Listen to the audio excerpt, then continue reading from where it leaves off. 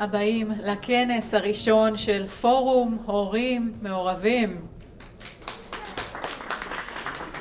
נמצאים כאן הערב הורים מכל קצוות הארץ והחברה הישראלית, דתיים, חילונים, ימין, שמאל, ליברלים, שמרנים, שלכולם מכנה משותף אחד, דאגה כנה לחינוך ילדי ישראל. אתם כאן היום כי אכפת לכם, כי כואב לכם, כי אתם מבינים שמה שהיה לא יכול להיות עוד. וכבר על זה שבחרתם להשקיע מזמנכם ולהגיע לכאן הערב, מגיע לכם כל הכבוד. במהלך הכנס נשמע דיונים מרתקים בכל הנושאים הבוערים ונאפשר לכם, הורים יקרים, לקחת חלק פעיל בשיח החשוב הזה. מטרת הכנס היא לא רק לעודד אתכם, ההורים, להמשיך להיות מעורבים בחינוך ילדיכם, אלא להפוך אתכם למכפיל כוח בתנועת שטח מתגבשת, כל אחד במעגל הקטן שלו. הערב אנו שואפים להעניק לכם סל כלים שיסייעו לכם להחזיר את חינוך הילדים לידיים שלכם, ההורים. לפני שנתחיל, אני מזמינה אתכם לצפות בסרטון קצר שהכנו במיוחד עבור הכנס. יצאנו לרחוב כדי לשאול הורים ותלמידים מה דעתם על מערכת החינוך, וקצת מעבר, התוצאות מפתיעות. אחד מנבחרי הציבור ששמו בראש סדר העדיפויות הלאומי את הצורך בתיקון אמיתי של מערכת החינוך הוא חבר הכנסת אבי מעוז. אני מתכבדת להזמין את חבר הכנסת וסגן השר לשעבר אבי מעוז לשיחה אישית על החוויות, על הרשמים, כמי שניסה להניע שינוי של ממש ועדיין לא עלה בידו. בואי לנו לבמה. אולי נפתח בלשאול אותך, בממשלה הנוכחית מונית לבקשתך להיות סגן שר במשרד ראש הממשלה, מתוך הבנה שזה הנושא שבו אתה רוצה לטפל. בוא ספר לנו קודם כל למה זה היה הדבר שהכי חשוב לך. ערב טוב. מרן הרב קוק זצ"ל אומר שיסוד קיום האומה תלוי ביסוד החינוך. ולכן חשבתי הרבה שנים שהייתי מנכ"ל של שני משרדי ממשלה, עסקתי בעיקר בהתיישבות, בעיקר בבנייה, הייתי מנכ"ל של משרד הבינוי והשיכון בעברי, אבל כשהגעתי לשליחותי בכנסת, ראיתי שיש הרבה פגמים שצריך לתקן, וזו השליחות הציבורית שלי, ואחד מהם נמצא במערכת החינוך. ולכן אמרתי שבהסכם קואליציוני דיברתי עם ראש הממשלה על כך, שאני אחראי על התוכניות החיצוניות של הגפן, וזה מה שרציתי לעשות. בגדול אני יכול להגיד שהשקפת עולמי היא שמערכת החינוך היא צריכה לעסוק בשני אלמנטים. אחד, הרי מערכת החינוך מכשירה את הילדים מהגיל הרך, מגיל הגן, עד שהם בוגרים, היא מכשירה את הילדים למלחמת החיים, למלחמת הכלכלה, מלחמת החיים. זה פן אחד. הפן השני שהיא צריכה להכשיר את הילד ואת הנער, זה לתקן אותו ולעשות אותו טוב וישר לפני אלוקים ואדם. ואני חושב שבהיכרותי את מערכת החינוך, הצד השני שעוסק באמת בערכים, בזהות שלנו, זה נשכח ממערכת החינוך לצערי, ולכן חשבתי שנכון שעסוק בחינוך. כן, וממש היום אתה משיק בעצם מוקד שקיפות, כלומר, למרות שנלקחו ממך סמכויות, אתה ממשיך לעבוד ולנסות לקדם את מה שחשוב לך, אז בוא ספר לנו קצת מה זה אומר המוקד הזה? תראי, כשסיכמתי עם ראש הממשלה שאני אקבל תחת אחריותי כסגן שר במשרד ראש הממשלה את מערכת הגפן, אז קמה סערה במדינה, תקפו את העניין הזה, ואז האמת היא שראש הממשלה ושר החינוך נסוגו בהם הסכמתם. אמרתי, אתם יודעים מה? בסדר. אבל אני רוצה להקים מערכת שקיפות להורים. כי מערכת הגפן היא מערכת שמספקת באמצעותה, מספקת למנהלים את היכולת להביא תוכניות חיצוניות לתוך מערכת העשרה בחינוך. כלומר, יש שם במערכת הגפן עשרות אלפי תוכניות שרובם אין פיקוח של משרד החינוך.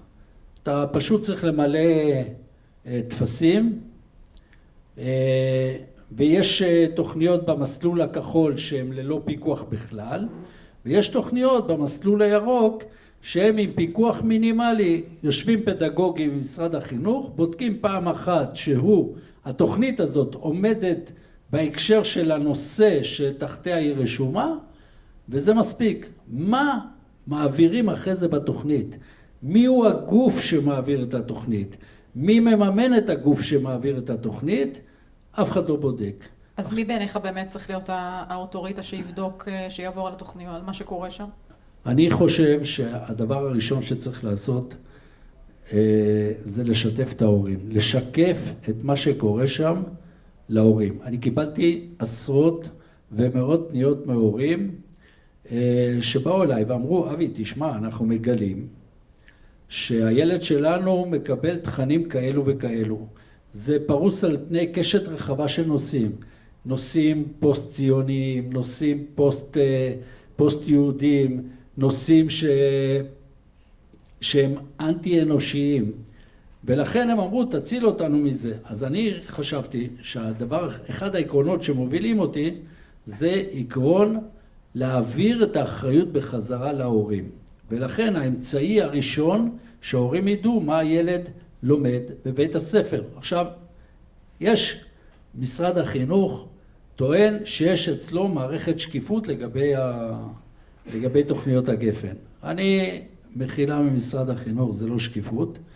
ומה שמופיע באתר של משרד החינוך, שנגיד אנחנו נמצאים בשנת תשפ"ו, אז בסוף שנת תשפ"ו, ב-1 ביולי השנה, יהיה רשום באתר של משרד החינוך איזה תוכניות העשרה מהתוכניות החיצוניות שבגפן הילדים למדו בתשפ"ה. את מבינה לי טל? זה שנה וחצי, כמעט שנתיים אחורנית. את זה הם יודעים. הם לא יודעים, אני רציתי להקים מערכת שקיפות שהיא אונליין להורים. ההורה חוזר מעבודה מאוחר, שמענו פה את המעורבות של ההורים, יכול בלחיצת מקלדת של 2-3 דקות להיכנס לבית ספר שבו לומד ילדו או ילדתו ולהיכנס לכיתה, והוא יודע איזה תכנים מעבירים, לא רק איזה תכנים, מי הגוף שעומד מאחורי התכנים הללו, מי הגוף שיעביר אותם ומי מממן אותו. אתה מקיים איזשהו ממשק מול שר החינוך בעניין הרעיונות, היוזמות? אין לי ממשק, כי אני כבר לא חבר בקואליציה, אני לא סגן שר, אני חבר כנסת מן השורה, ולכן באתי ואמרתי, אני רוצה לעשות את המעט שאני יכול. ולכן פתחתי והשקתי היום את מוקד השקיפות של חבר כנסת אבי מעוז.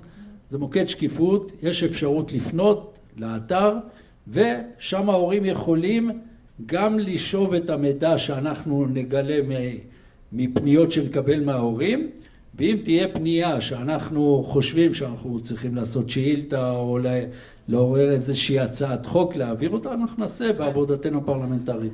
ראינו באמת בסרטון מגוון של דעות, עד כמה ההורים מעורבים, לא מעורבים, יש להם זמן, אין להם זמן, חלק חושבים שההורים מעורבים יתר על המידה, עד כמה להערכתך יש השפעה היום באמת להורים על מה שקורה במערכת החינוך?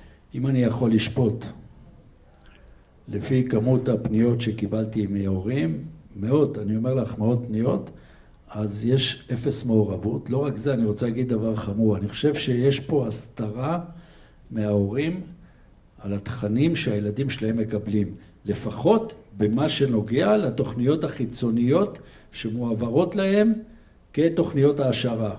שרת החינוך הקודמת, שאשא ביטון, אמרה, כשהתברר מה ההסכם הקואליציוני שלנו, שאני קיבלתי באחריותי 10% ממערכת החינוך. את מבינה? 10% ממערכת החינוך, המנהלים לא משקפים להורים, ההורים לא יודעים מה הילד מקבל, והם באים אליי אחרי זה בתלונות ומתלוננים על התכנים שהילדים קיבלו שם. כן. איך אתה עונה לביקורת, למבקרים עליך, שאומרים שניסית לכפות תכנים, שהייתה כפייה דתית? איך אתה עונה לביקורת הזאת? אני נגד כפייה מכל סוג שהוא. אני חושב שמשרד החינוך כופה, המנהלים כופים על הילדים חינוך באמצעות התוכניות החיצוניות של הגפן, שההורים לא יודעים איזה תכנים שמה, אני לא באתי לכפות שום דבר. אני חושב שיש 3 עקרונות בחינוך שאותם הייתי רוצה. אנחנו דיברנו על שיתוף ההורים, דיברנו על החזרת האחריות להורים, על החינוך. הדבר השני זה תקצוב שוויוני בין כל ילד במדינת ישראל.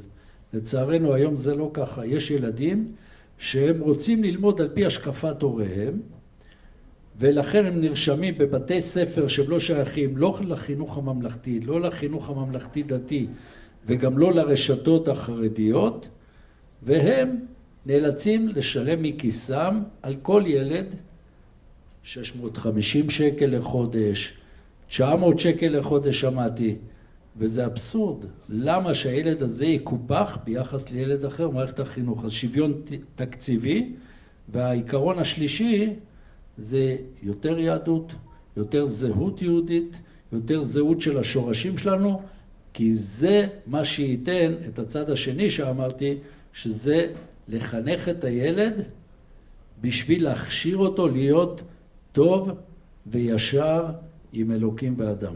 כן, שזה קצת אבסורדי שאנחנו צריכים לנהל דיון על למה חשוב להעביר תכנים של זהות יהודית במדינת היהודים. נכון, לצערנו זה המצב, זה מצב שהשתרש לאורך שנים, ואני חושב שלא מצליחים לשפר את המצב הזה.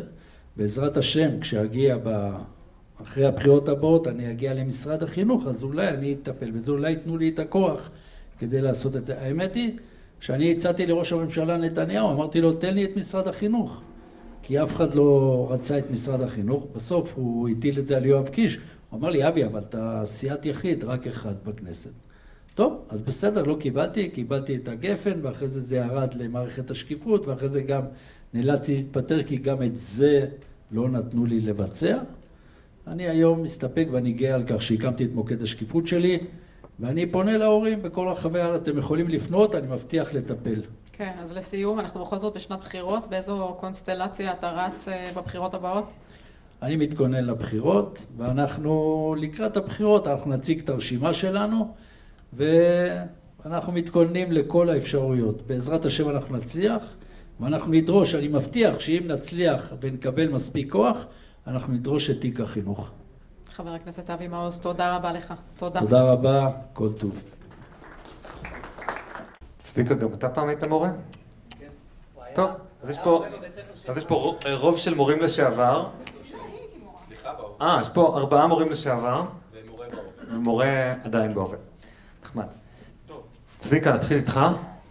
אני מניח שלכולם יש שאלות לגבי איך בנך היקר איתן שרד את השבי ומה ההשפעה של החינוך מהבית ומבית ספר.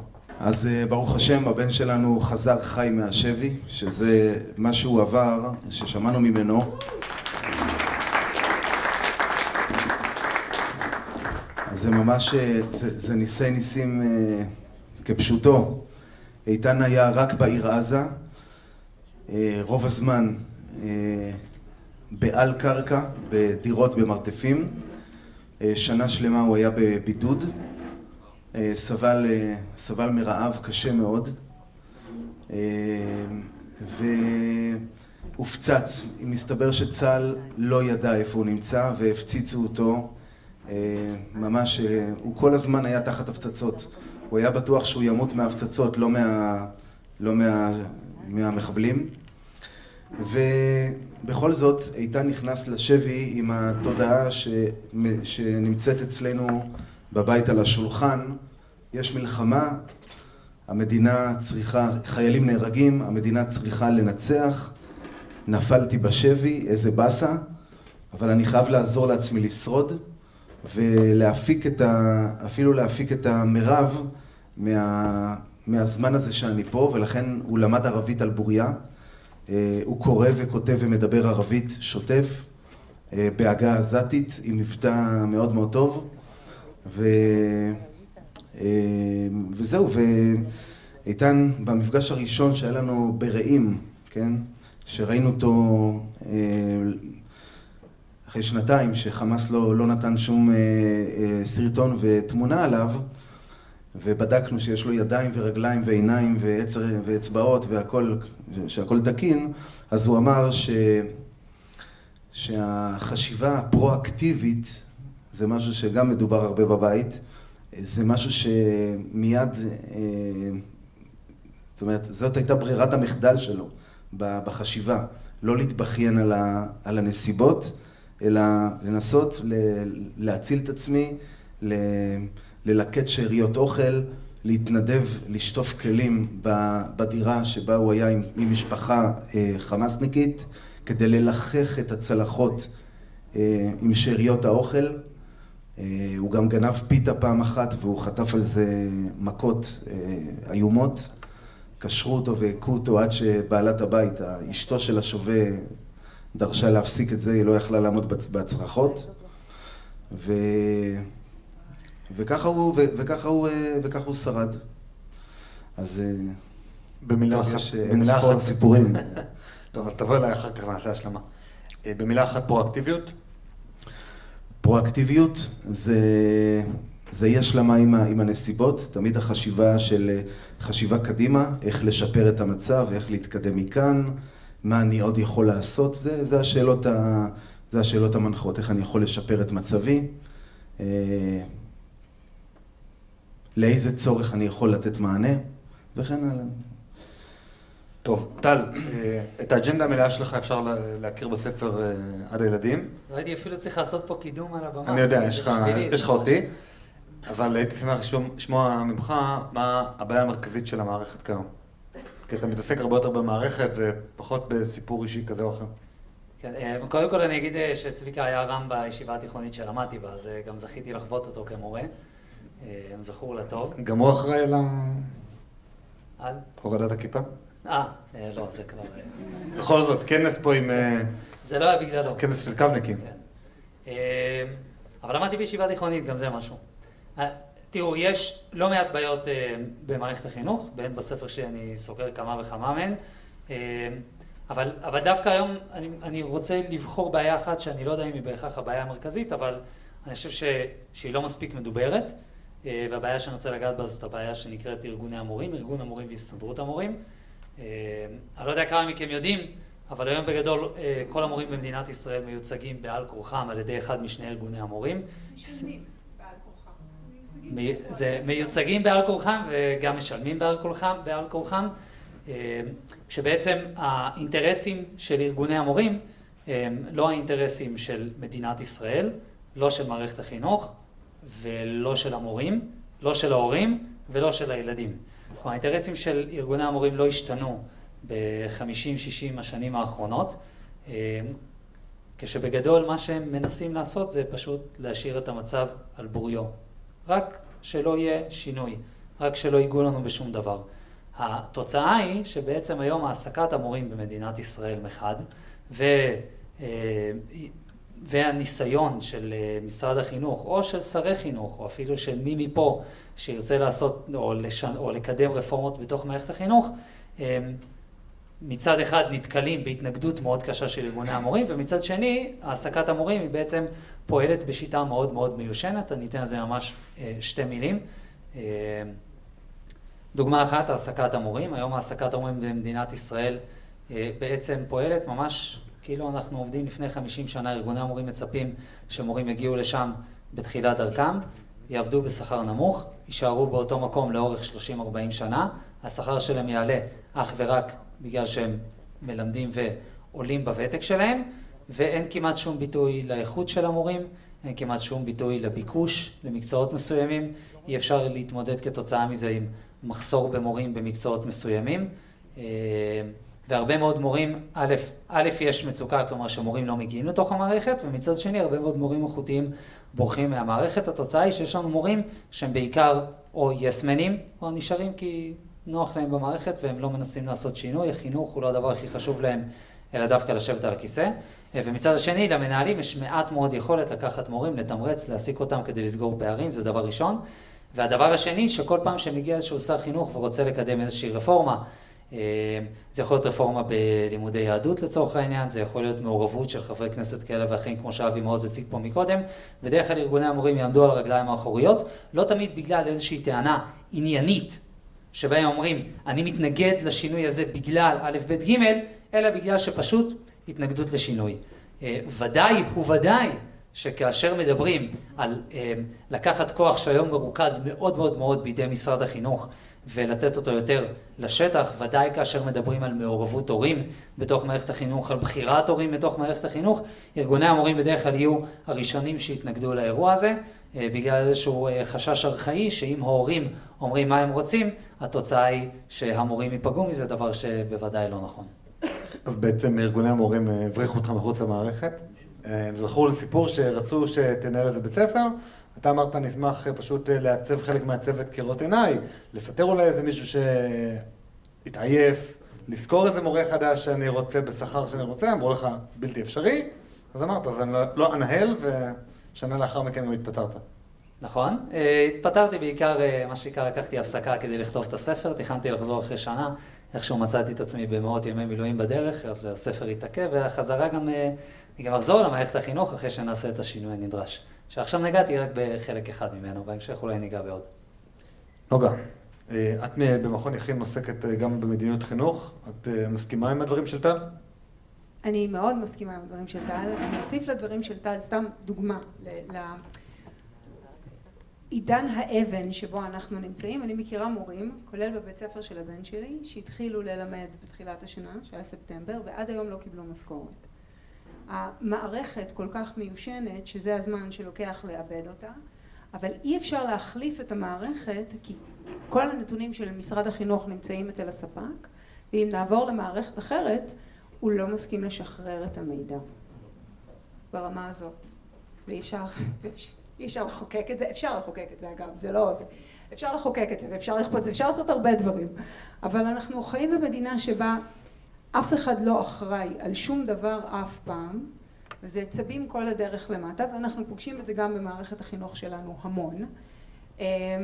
ומכיוון שאף אחד לא אחראי ותמיד יש מישהו אחר, אנחנו מגדלים דורות של אנשים שזו החשיבה שלהם, שזה ההפך מהחשיבה הפרואקטיבית. החשיבה היא תמיד, באמת, אני מדברת עם מורים בבית הספר של הילדים שלי, והרבה מאוד פעמים התשובה שאני מקבלת זה, צריך להקשיב לאנשי המקצוע.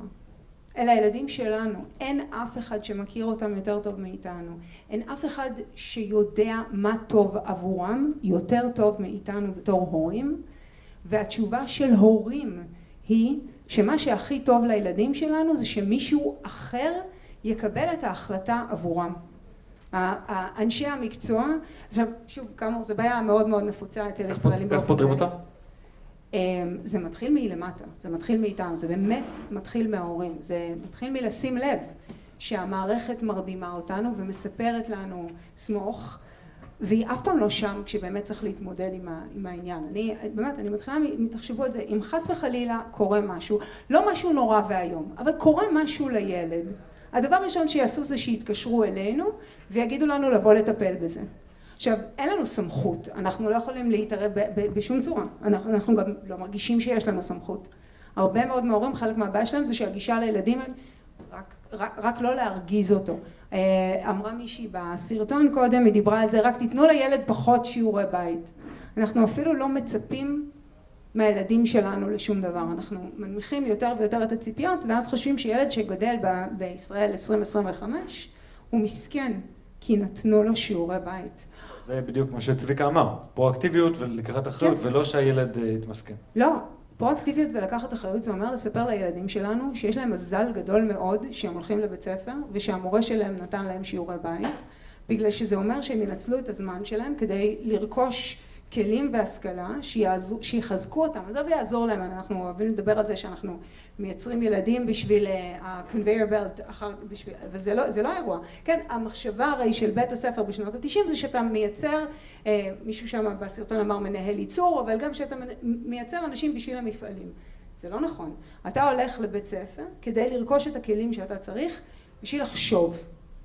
גם מערכת ההשכלה שלנו באופן כללי, לא מעודדת את זה שתחשוב יותר ויותר בתי הספר מה שהם עושים היום זה מלמדים אותך לראות מה אומרים אחרים לפני שאתה פותח את הפה, שזה ההפך מללמד אותך לחשוב. אז בתור הורים ההתחלה היא שאנחנו נבין שזה שלנו, שזה עלינו. אני אלמדת הורים לפתוח את החוק, ספציפית לא את חוק החינוך, כי זה קטסטרופה, אבל את חוק האפוטרופסות בישראל. ואני חושבת שזה סעיף 11 לחוק שקובע שלהורים יש את הזכות ואת החובה לחנך את הילדים שלהם. החינוך הוא עלינו, משם זה מתחיל. כל יתר המערכת כפופה לזה. ואנחנו צריכים להתחיל מלהבין את זה כהורים. אני הייתי מציע לפתוח שמע ישראל, זה יותר קליט לשנן את זה. אני מסכימה, אבל הבעיה שלנו כישראלים זה שאנחנו תמיד צריכים אנחנו צריכים את הגב, את החוק, שמישהו אחר ייתן לנו רשות. עדיף חוק אלוהי. יותר... זה נכון, אבל זה אחד מהקרבות שאנחנו מנהלים, אבל אני אגיד דבר אחד נוסף. במערכת החינוך היום הוציאו שם רע מאוד למבחנים. אשכרה מנסים לשכנע אותנו שמבחן זה רע, שהלמידה היא לא משמעותית אם אתה לומד רק לקראת המבחן. זה לא נכון. ומה שקורה כשאין מבחנים זה שאין מדדים. ואז זה לא שהילדים שלנו לומדים למידה יותר משמעותית של תנ"ך או של היסטוריה, או שזה בגלל שאין מבחן ויש במקום זה עבודה. לא, לא. מה שקורה זה שמלמדים אותם דברים אחרים, ואנחנו לא נדע את זה אף פעם, בגלל שלא בודקים יותר. אין שום מדד שמציג לנו את מה באמת קרה. ואז אנחנו מגיעים לאירוע הלא שפוי הבא. את באמת יצא לי לדבר לא מעט עם מנהלי בתי ספר, הרוב המוחלט שלהם לא יודע בכלל שיהדות וספרות והיסטוריה ותנ"ך הם כולם, אתם משווים, מקצועות ליבה. מיום המצאת הליבה הם מקצועות ליבה, זה לא חדש. זה אשכרה המטרות המוצהרות של החינוך הממלכתי הרבה לפני מתמטיקה ומדעים. אבל אין מיצב. אין מיצב בתנ"ך, אין מיצב בהיסטוריה, אין את זה. וכשהבית ספר שנמדד לפי המבחנים צריך להחליט מה לבטל, הוא תמיד יבטל את מקצועות הזהות. זה לא משנה כי זה לא נמדד. אם אנחנו לא נתעקש שהמערכת תתחיל למדוד ולשקף לנו מה היו התוצאות ומה אומרים, מה למדו הילדים, אז אין שום משמעות לאות המתה לחלוטין הזו, שכל מקצועות הזהות בישראל הם אכן מקצועות ליבה. תודה נוגה. טוב, זה מביא אותנו לנושא של טל, כי אתה בתור מורה עדיין מלמד את מקצועות הזהות האלה, ויש לך אג'נדה לגבי התחום הזה. קודם כל, לי יש את הפריבילגיה להיות אחרון ולשמוע איך כולכם יורדים עליי, אז זה בסדר. כמורה מתפקד, כן, מערכת החינוך. זה היה בהומור, הכל בסדר. אבל אם אני אתייחס לזה ברמה, אני רוצה להתחיל דווקא מהסוף, מהמקום הכי חשוב, שלשמו למעשה הכנס הזה קיים. אתמול בשיחה שהייתה לי עם זיו מאור שיושב כאן, הוא אמר משפט שאני מאוד מאוד אהבתי ואני מאמץ אותו. הוא אמר, ישראלים חושבים שהם לא פריירים, אבל ישראלים הם העם הכי פרייר בעולם, זה היה בהקשר אחר, לא החינוך, ואני רוצה לבוא ולחבר את זה. זה עניין של תודעה, זאת אומרת, איך אני ניגש לבית הספר, איך אני ניגש אל מול משרד החינוך, מול משרד הביטחון, לא משנה. אנחנו כל כך אוהבים את הדימוי הזה שאנחנו נלחמים בבזאר בטורקיה על עוד $20, ואנחנו לא שמים לב שלמעשה, זה מתחבר למה שאת אמרת, אנחנו מקבלים את סמכות המוסד בעיוורון. עכשיו, אני במוסד, והרבה פעמים אני לפעמים נלחם עם הורים, כי אני חושב שחלק מהעבודה שלי כאיש חינוך זה לבוא ולהגיד, הערכים שלכם הם מדהים, פה אתה טועה, אני חושב שאתה טועה, וכן, אני גם אגיד את זה לפעמים, אני אראה משהו ברור. כי בואו, חברה היא עקומת גאוס, ויש תמיד סטיית תקן למעלה ולמטה. אתה יכול לתת דוגמה שתעזור לנו להבין? אני מעדיף שלא, כי זה פשוט יביך אנשים, אבל ברמה העקרונית, בוא נגיד את זה כך, למשל, אני מורה ביום מורים, ואני נותן איזשהו שיקוף של ציון מסוים, שהתלמיד השיג באיזשהו מקצוע. והתגובה המיידית של ההורה, תעודה שכולה ציונים טובים, או סבירים, או מצוינים, במקצוע אחד, איזה מתמטיקה כזה, עם ציון לא כל כך טוב, 50. עכשיו, זה לא טוב, זה לא אידיאל, צריך לשפר את זה, אבל כל מה שההורה יראה בתעודה, זה את זה. ואז הוא שם עוד קין על הילד, והילד יתאמץ בהרבה מקומות אחרים, ובמקום לקבל שיקוף אמיתי, הילד יוצא עם תפיסה עצמית פסיכולוגית שהוא נחות. ויותר מזה, הוא גם לא מקבל קשב רגשי למקום שלו וכו' וכו'. אז אני כמורה, למשל, יכול להתערב בזמן אמת ואיך אני מציג את הציון, אחרי זה אני יכול להרים טלפון להורה, ובדרך נעימה ומכבדת לשקף לו. תראה, זה נכון, אבל גם וגם וגם, ואני גם אגיד לו, אתה עלול לגרום ככה. זאת אומרת, יש לי מקום מקצועי, כאיש חינוך, ואני מדגיש, זו דיסציפלינה, להתערב, וגם להגיד לפעמים להורה, לדעתי אתה טועה. הוא יכול גם לחלוק עליי. בסוף הוא משקיע את כל הנשמה שלו בילד, אני רק המורה שלו. אבל בוא נעבור לחינוך לערכים, כי אני יודע שרצית לדבר על זה, ולא יהיה לך את הזמן. אז בקצרה שבקצרות, אל תהיו פריירים על אמת. תבואו למוסד כשווים בין שווים. זאת אומרת, תדברו בצורה שיש לכם זכות לדעת מה מלמדים, מה לומדים, מי מלמד, וגם להגיד ביקורת. וכמורה, כחלק מהמערכת, ככל שתלחצו יותר, תשיגו יותר. אין אמצע. זה נכון במשרד הרישוי, זה נכון במשרד החינוך. אין אמצע. אבל הנושא המהותי יותר, ופה אני אמריא רגע קצת למעלה, למקום יותר מופשט, רעיוני ואידיאולוגי, הוא נוגע בחוק החינוך. יולי תמיר, שרת החינוך לשעבר, לבושתנו, שינתה את חוק החינוך, שאפשר היה לבקר אותו וכולי, אבל היא הוסיפה לחוק החינוך כל מיני מטרות וערכים שהם שייכים לתפיסת האדם הגלובלי, ההומני, זכויות אדם וכבוד האדם. עכשיו, זה לא שכבוד אדם זה מושג פסול, אבל בכך היא עשתה מעשה שברור מאוד. היא הפכה את מערכת החינוך ממוסד שהתפוקה שלו זה בוגר, יהודי, לאומי, ציוני, במערכת הדתית, דתי נניח, למוסד שמנפיק בגרשיים או מפיק בני אדם. זאת אומרת, הקטגוריה הזהותית היא מופשטת ורדודה לחלוטין, ולכן כן, אגב... וזה גם אתגר, מאוד גדול, להפיק בן אדם. כשאני מדבר בן אדם, אני לא מדבר במובן הפואטי והיפה של המילה, אני מדבר human במובן של human rights. יש קטגוריה מינית, זואולוגית. אנחנו בני אדם, זהו. אין יותר זהויות, אין תרבויות, הכל נמחק. גם בקטגוריה מינית אתה לא תקבל יותר. מה? גם בקטגוריה מינית אתה לא תקבל יותר. אוקיי. אתה תקבל אירוע מאוד מאוד מופשט ולא קשור לכלום. אוקיי. וזה לא אדם. אז שינוי החוק הזה נוגע בדיוק במה שאני רוצה לדבר עליו, שזה המעבר של מערכת החינוך, ממערכת שאמורה לעשות אקולטורציה. זה מושג שפרופסור צבי לם דיבר עליו, חוקר חינוך ידוע, של בעצם הנחלה תרבותית לדור הבא. אם נסתכל על כל אורגניזם שורד במרחב, אוכל, מים וכו' וכו', אבל יש גם הישרדות של האורגניזם החברתי בזמן, זאת אומרת הישרדות לדור הבא. אני לוקח את התרבות הציונית, הלאומית, היהודית, ואני מוריש אותה על כל השינויים והסינתזות עם ההווה אל הדור הבא.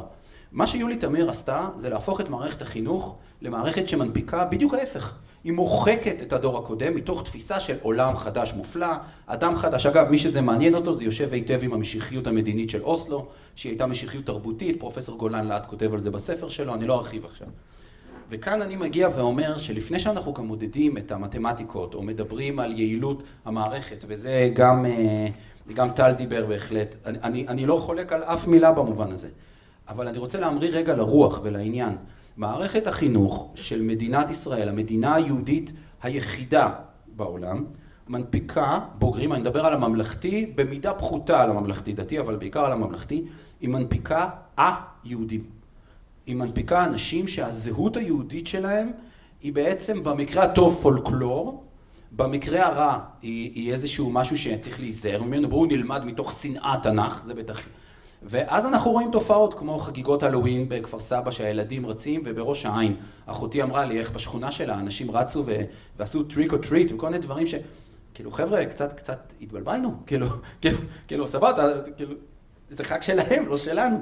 זאת אומרת יש פה מהלך מוכוון לטענתי, מהלך אקטיבי של קבוצה אידיאולוגית, אני אטען שהיא פנאטית וטוטליטריסטית שלטת, להשתמש במערכת החינוך למחוק את השושלת התרבותית של הילדים שלנו. עכשיו, לצד זה, יש הרבה היבטים של בינוניות שהם תולדה של האתוס הסוציאליסטי, ואני מאוד מאוד מסכים עם מה שטל אמר. אבל בעיניי, קודם כל, לפני הכל, נדבר על יעילות, הכל נכון, מורים מצטיינים, יצירתיות, שיטות חדשות, פדגוגיה חדשנית וכו' וכו'. אבל קודם כל, שמערכת החינוך תעביר לדור הבא את התרבות שלנו. אחרת אנחנו באופן, לא יודע אם מודע, הקבוצה הזאת עושה את זה במודע, אנחנו משמידים את עצמנו תרבותית. אז יהיה פה עם שהוא יהיה גנטית השושלת של עם ישראל, אבל הוא יהיה סוג של איזה, לא יודע, איזה אנקדוטה נאו-כנענית כזאת, שתדבר באנגלית, עברית, תחגוג הלווין יחד עם חנוכה ופורים. אנחנו בעצם יוצרים פה עברי חדש שהוא לא עברי, וביני וביניכם גם אין שום דבר חדש בלהיות כלום. אז הדגש שאני רוצה לשים, אני מסיים, זה שתפקידה הראשוני והעליון בעיניי של מערכת החינוך, בלי לבטל את התפקיד של הפרט, בלי לבטל את התפקיד של ליצור לכלכלה וכו', זה להוריש תרבות לדור הבא. אז יש לי קושייה ממש טובה בשבילך, אבל אתה תענה לה בסבב הבא. גם עם אבי מעוז, לפי דעתי, גם אם הוא יהיה הדיקטטור של החינוך, הפרויקטור עם כל הסמכויות לחקוק והכל, כמו ברומא העתיקה, גם אז, אם אתה תשים מורים שלא ירשו בעצמם את הזהות התרבותית, כמו המורים שאני נפגשתי איתם כשהייתי מורה, הם לא יצליחו לעמוד במשימה, גם אם ספרי הלימוד יהיו לעילה ולעילה. מי שלא חי את זה, לא יכול להוריש את זה, לשיטתי, אתה תענה בסבב הבא. אמרתי מראש. המורים הם חלק מהמערכת. לא ממש. אני אענה. יאללה, צביקה, יש לך דקה, אנחנו נסיים בזמן. אז דקה לדבר על הפרעות קשב. דקה. גם לך יש דקה. זה שיחת מעלית. זו הפרעת קשב, זה לא יעבוד. אתה נותן לי שיחת מעלית... אלא אם כן, המארגנים פה... אני יודע שיש לי 5 דקות. לא. כן. טוב, אבי נמצא פה עדיין? טוב, בקיצור, משפט שרציתי להגיד לאבי, מי שמתנגד למערכת השקיפות שאבי דיבר עליה קודם, זה אותו מי שמתנגד לוועדת חקירה פריטטית. זה אותו אזור חיוג, כן? טוב, הפרעת קשב הייתה נושא אולי החם ביותר במערכת החינוך לפני המלחמה, ואז זה הגיע מהמלחמה. ומדינת ישראל באמת מחזיקה בשיא של ילדים מאובחנים. אנחנו מעל ארצות הברית, כאשר מה שהיה אמור להיות זה גג 5% חנוק, ואנחנו היום עומדים על 20% ולמעלה מזה. תעשו חשבון על כיתה של 30 תלמיד, אז 50 מהכיתה עם מרוטלנים, מה שנקרא, אז זה דבר שהוא לא הגיוני. בכל אופן, התיקוף של ההפרעה הוא מאוד מאוד רעוע, ורק תחשבו על הדבר הזה שבעולם הרפואה, מה שמוגדר כהפרעה זה תמיד דבר שהוא קבוע. יש הפרעה בראייה, הפרעה בשמיעה, זה מצב שהוא קבוע. אין דבר, זה או שאתה רואה שאתה לא רואה, או שאתה שומע או שאתה לא שומע. תמיד הבעיה, ההנמכה בשמיעה היא תמיד היא קבועה. אבל בהפרעת קשב אנחנו רואים שתלמידים כאלה שבכיתה הם היפרים, מפנצ'רים את השיעור, אנחנו רואים אותם במסגרת אחרת. אתה נותן לו לארגן טורניר, שזה דורש שימוש רחב מאוד בתפקודים הניהוליים, במערכת החשיבה הגבוהה. אנחנו רואים אותו פורח, רואים אותו זורח. אז אנחנו מבינים שאי אפשר לקרוא לדבר הזה הפרעה. וזה דבר שהונח על השולחן כבר בשנות ה-90 על ידי פרופסור אלוול, שהוא, אפשר לומר, הוא מהבכירים ביותר במחקר של התחום הזה, ולכן אני אומר, אין פה הפרעה. יש פה השתנות בקשב ובריכוז, אבל זה לא הפרעה, זה לא יכול להיכנס לתוך המדריך הדיאגנוסטי הפסיכיאטרי. דבר שני, אתם יודעים שאם אתה אירופאי, הסיכוי שלך לקבל תו תקן של הפרעת קשב הוא הרבה יותר נמוך מאשר אם אתה אמריקאי או ישראלי שעובד לפי ה-DSM של ה-APA, של האיגוד הפסיכיאטרי האמריקאי. כי הדיאגנוזה האירופאית היא הרבה יותר מחמירה. כלומר, זה צריך, פשוט צריך הרבה יותר מרכיבים כדי לשים על הילד את החותמת הזאת. וכך למשל במדינות כמו פינלנד למשל, יש שם 2% בבתי הספר של ילדים עם הפרעת קשב. ואם דיברנו על פינלנד, אני רוצה גם לקשר את זה למלחמה שלנו. תראו, אחרי כל מה שהיה בעזה ושהם עבדו אצלנו ומיפו את היישובים שלנו וידעו בדיוק איפה הנשקייה ואיפה גר הרב ואיפה הסניף של התנועת נוער, אז אנחנו הבנו שהם לא יכולים יותר לעבוד אצלנו, החבר'ה האלה, הבני דודים, ומה שזה אומר זה שאנחנו צריכים להתחיל להתעלות בעבודה עברית, ברוך השם. אלא מה? שלכו תמצאו רצף יהודי. אתם מכירים רצף יהודי? כמה רצפים יהודים אתם מכירים? כי אנחנו בני מלכים, ולעבוד עבודת כפיים זה לא מתאים לנו, זה לא ברמה שלנו, מה שבכל מקום אחר בעולם, במדינות מערביות, יש להם מדים ייצוגיים לחשמלאים וכל מיני דברים. פעם למדתי קורס שיווק על זה, אז אצל דן הרמן, אז דברים מדהימים מה שיש, ופה בארץ זה לא מקובל, ועכשיו המציאות של המלחמה מכריחה אותנו לבנות את הארץ בעצמנו. איך זה קשור אלינו? כי בפינלנד הילדים עוברים מיון, התמיינות בסוף כיתה ח', כי ברור שלא כולם יכולים לשבת עכשיו במסלול עיוני 4 שנים. רק אצלנו חושבים שכולם יכולים לשבת. השיר The Wall מתנגן לי בראש כל הזמן. זה לא יכול להיות. אנחנו לא... מישהו מכם היה יכול לשבת 8 שעות ביום? מישהו מכם היה יכול לשבת? זה פשוט טירוף. זה לא יכול להיות. עכשיו, הילדים האלה שהם יותר אנרגטיים, זקוקים לתנועה. התנועה היא זו שמעוררת אותם. התנועה היא זו שעוזרת להם להתמקד, להתרכז. לכן הם זקוקים לספינר. זוכרים אותו? זיכרונו לברכה? הספינר? הם זקוקים לתנועה. כן? זה נקרא מסך לבן. זה עוזר להם להקשיב כשהם עסוקים במשהו. אז אם הם היו לומדים במסגרת חינוך אחרת, שמזהה את הכוחות שלהם ונותנת להם ביטוי, אז היו לנו כאן הרבה פחות הפרעת קשר, הרבה פחות... יש בעיה נוספת בתור ישראלים, שאנחנו בתור ישראלים חיים בשכונה. כן? שכונה. וזה אומר שבבסיס שלנו אין פה איזה כבוד ונימוסים ויראה כלפי מבוגרים. ובעיית משמעת רוחבית מאוד מאוד בבתים ובבתי הספר, שלזה קוראים בסוף הפרעת קשב, וזה בכלל לא הפרעת קשב. בסדר? זה פשוט ילדים שהם לא מוחזקים, כך אני קורא לזה. שזה מתחיל כמובן בבית, ויש לנו בארץ בעיה חמורה מאוד עם הדבר הזה. אני לפני המלחמה התפרנסתי מזה. ואחר כך גם בבתי הספר. אני לא בא להאשים את המורים, הייתי מורה 10 שנים, כולל בכיתות מב"ר.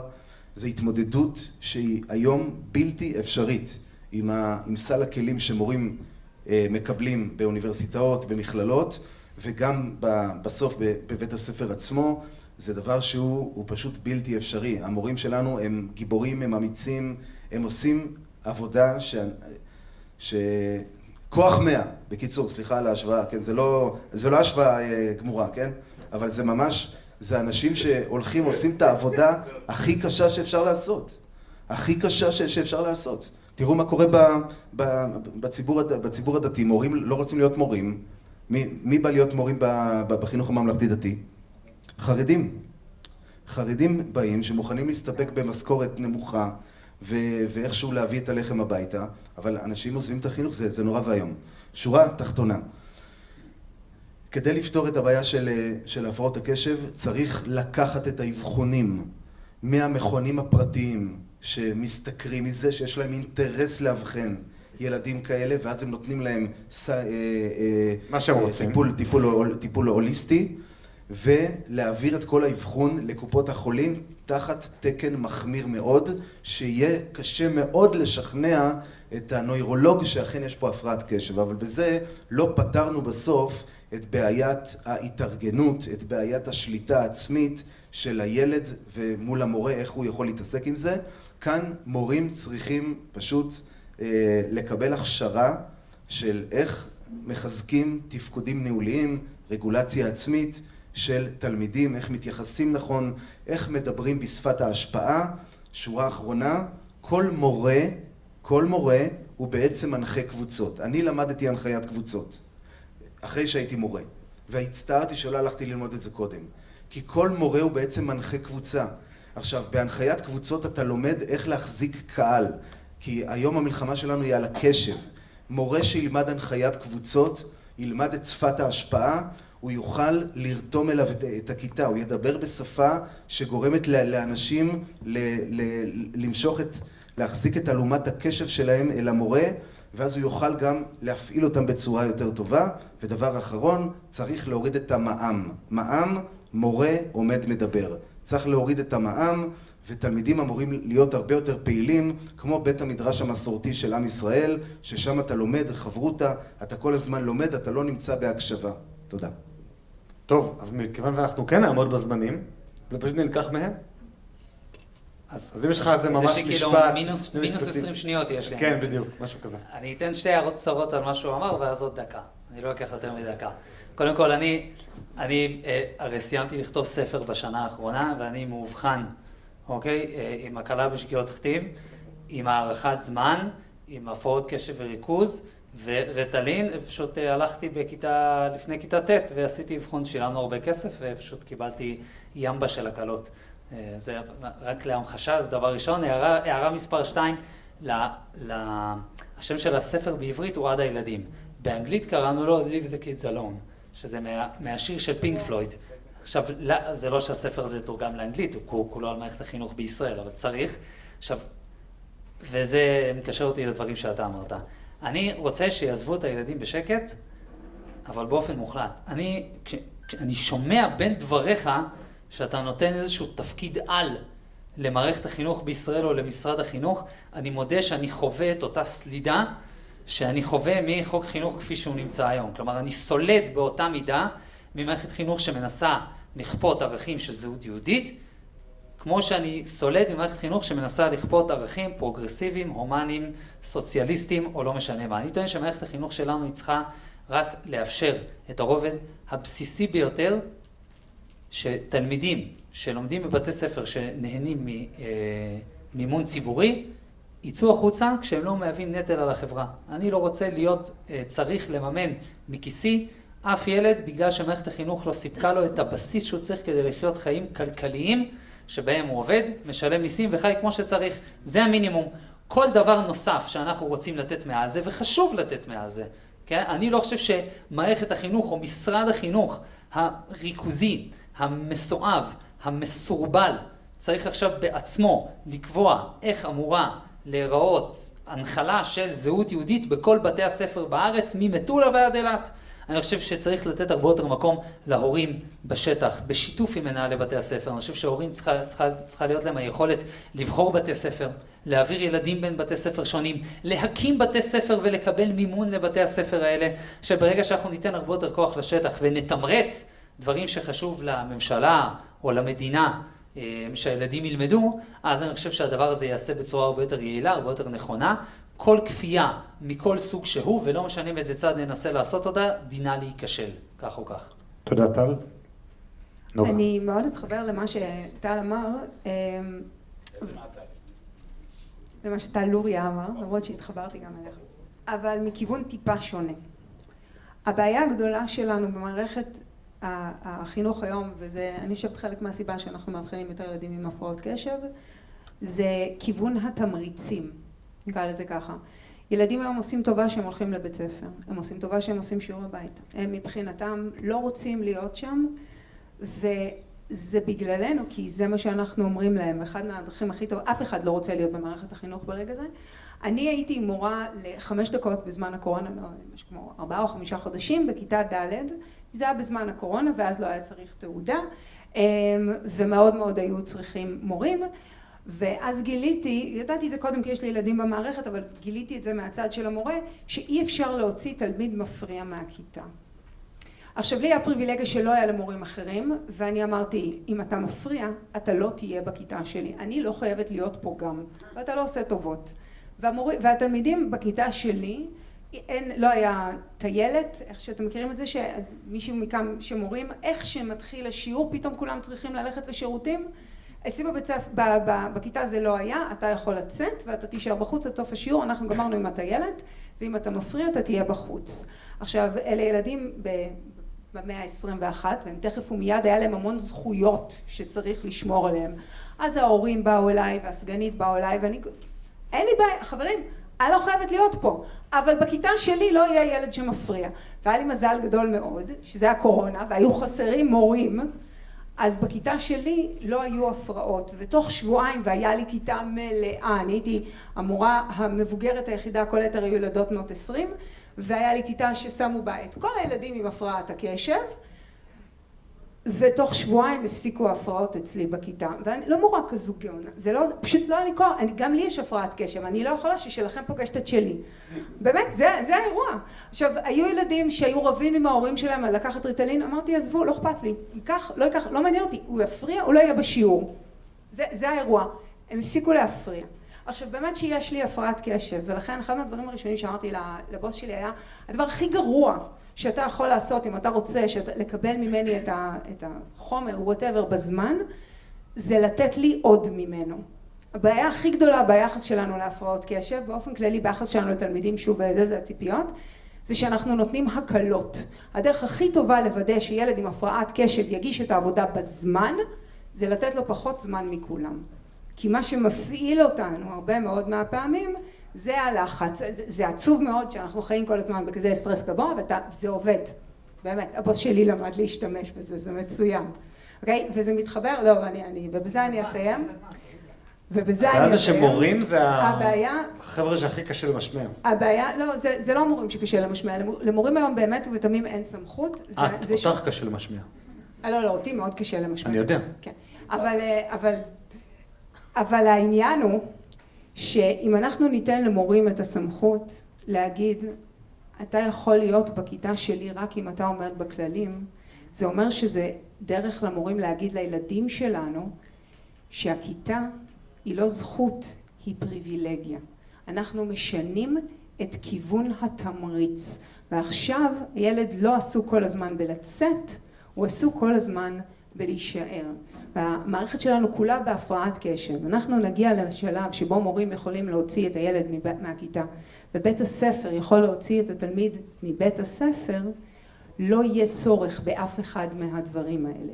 בגלל שברגע שהתלמידים... או רטלין? או בלפעמים אותם? לא, אני מצטערת, אבל ריטלין לא עובד ככה. הוא לא עובד ככה, והוא לא עובד באותה צורה, והוא קצר מדי, וזה לא עוזר. ובאמת, ומה שיש לנו עכשיו זה הרבה מאוד הורים שנלחמים עם הילדים שלהם לקחת את התרופה, והיא לא עובדת. ילדים אשכרה יכולים להילחם היום בתרופה, אני יודעת כי אני מגדלת כאלה בבית.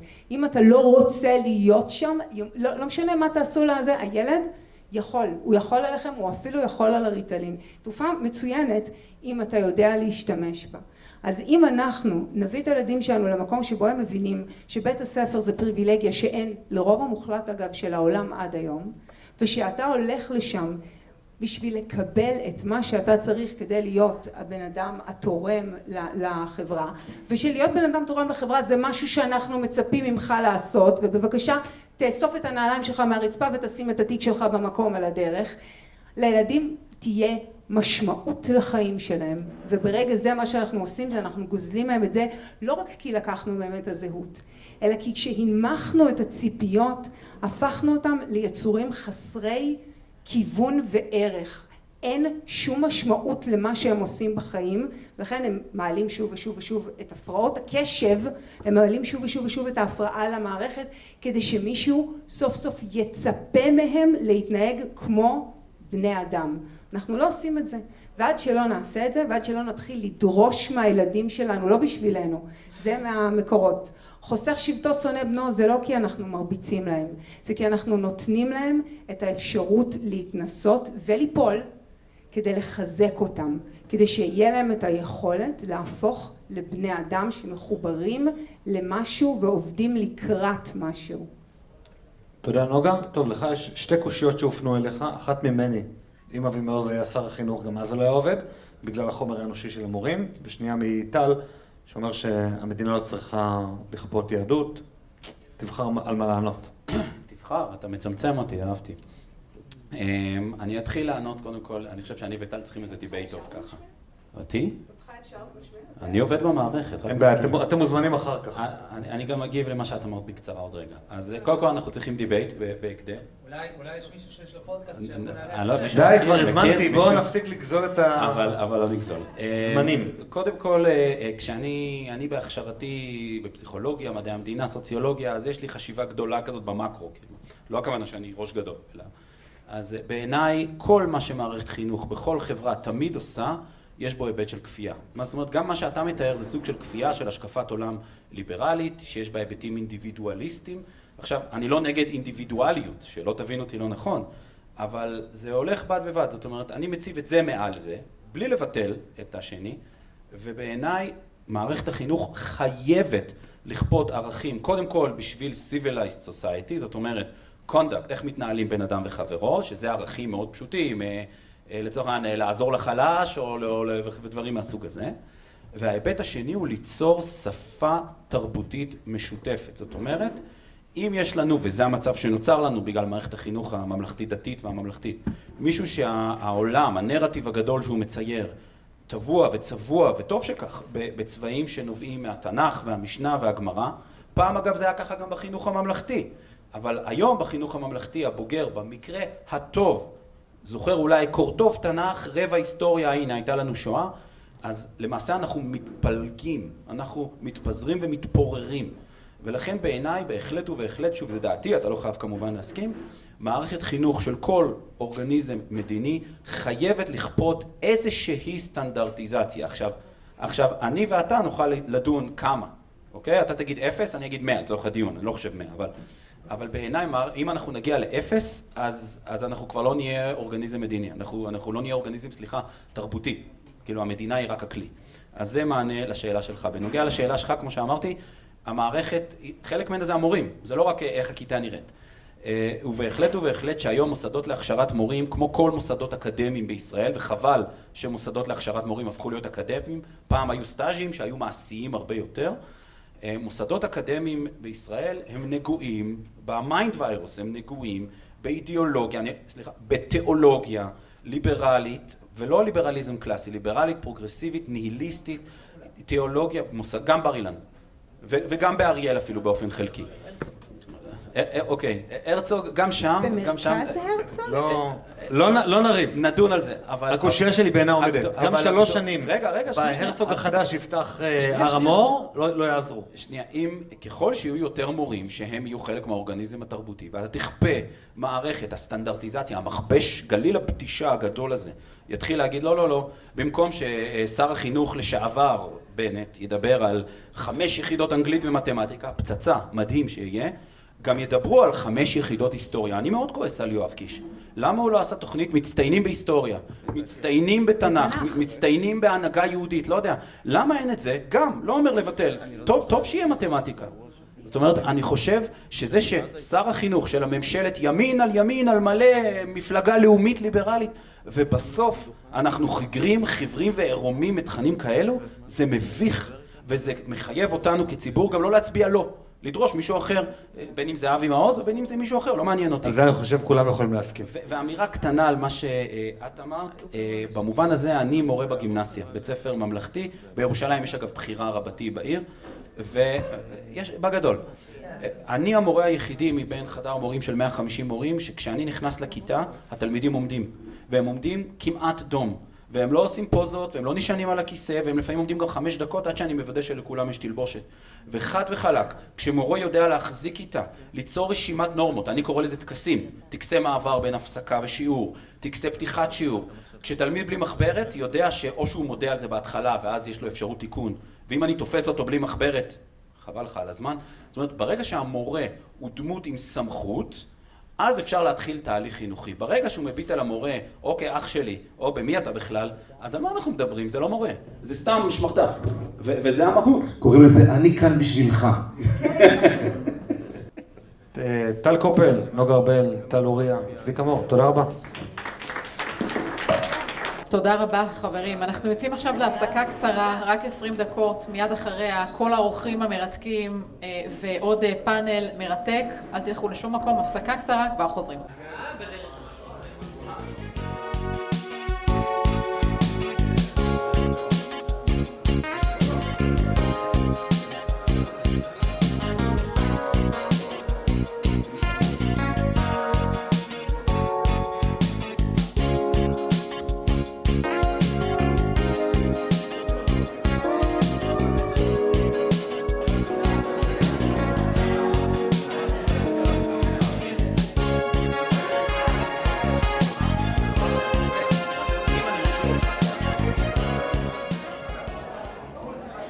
נאור ברוך התפרסם בשנים האחרונות כמלך הקריפטו. מילד בדירת עמידר הפך לאיש עסקים מצליח, והוא מנהל היום 2 קרנות גידור. נאור פועל כדי לקדם חינוך פיננסי מגיל צעיר. ראינו בסרטון בתחילת הערב וגם עכשיו עד כמה הנושא הזה קריטי עבור בוגרי מערכת החינוך. נאור ברוך, הבמה שלך. קודם כל ערב טוב, תודה לכל מי שהגיע. אני אתחיל בהסבר קטן מי אני. אני עברתי חיים מאוד קשים, ומה שהביא אותי למקום בו הגעתי זה הרצון ללמוד, לחקור ולקרוא המון ספרים. עכשיו, כשאני הגעתי לחיים הבוגרים שלי בגיל 18 או 21 אחרי צבא, פתאום הבנתי שרובנו לא יודעים כלום. אין לנו מושג מה זה משכנתה, מה זה ביטוח לאומי, שום דבר מה זה כסף, מה זה נדל"ן. הכל נשמע ורוד ונוצץ ואתה בודק משהו קטן, אין לך מושג מהו. אז למה היינו בבית ספר? מה למדתי 18 שנה? רוב הדברים שלמדתי בבית ספר, אני לא זוכר אותם עד היום, אם זה היסטוריה. אז מה עשינו בזה? הרי המטרה של בית ספר היא קודם כל, הכי חשוב, אנחנו יהודים לפני הכל. כולנו מודעים לזה, שזו מדינה יהודית וחייב לדאוג ליהדות שלנו, אין בעיה. אבל יש, פסוק בפרקי אבות, אם אין לנו כסף, איך נלמד תורה? אם אין קמח, אין תורה, בדיוק. עכשיו, אני לא אומר שכל אחד יהיה עשיר, אבל למה שלא ילמדו אותנו בבית ספר איך להשקיע את הכסף טיפה יותר טוב? איך להשיג משכנתא בריבית טובה יותר?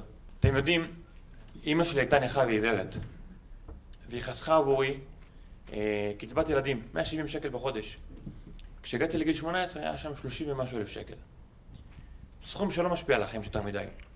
אם הדבר הזה היה מושקע בצורה נורמטיבית, היה שם בין 130 ל-150 אלף שקל. ילד בן 18 שמקבל 150 אלף שקל, החיים שלו משתנים. יש לו כסף לתואר, יש לו כסף לכל מה שהוא רוצה. להתחיל את החיים. סך הכל פעולה קטנה. פעולה בין להעביר את הכסף מהבנק לבית השקעות. פעולה שכל אדם בעולם יכול לעשות אותה. וכשאני קיבלתי את הפרסום הזה שקיבלתי, אני הבנתי שהעולם מתחלק לשלוש דברים. דבר ראשון, דור העתיד. הילדים שלנו. לי עוד אין כאלה. אבל אני מבין שהילדים שלי חייבים לקבל חינוך פיננסי. אמרתי, אוקיי, איך אני יוזם את זה? איך אני מגיע לזה? אז ביקשתי משר החינוך, יואב קיש, הוא פתח את הדלת, ואמר להם, נעשה את זה, וזה כל השנה הבאה. נפגשתי עם אבי מעוז, שהוא אדם מדהים, לאורך כל הדרך. הוא אומר להם, אני איתך בדבר הזה.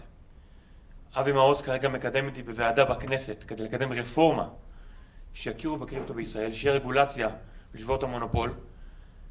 לא הגיוני. תחשבו, אני אומר לכם, אנחנו מדינה כל כך מפותחת, כל כך חכמה, יוצאי סייבר, 8200 ממר"ם, אבל 20% חיים מתחת לקו העוני. 20% מתחת לקו העוני. פעולות פשוטות שלמדו ילדים בבית ספר, ישנו את העתיד הזה. שום דבר אחר לא ישנה את זה. שמעתי פה, דיברתם על ספרות והיסטוריה. ההיסטוריה שלנו מאוד חשובה, וספרות מאוד חשוב. אבל 3-4 שעות בשבוע ישנו את העתיד הכלכלי של המדינה הזאת. וזה כל מה שאני רוצה שיהיה פה.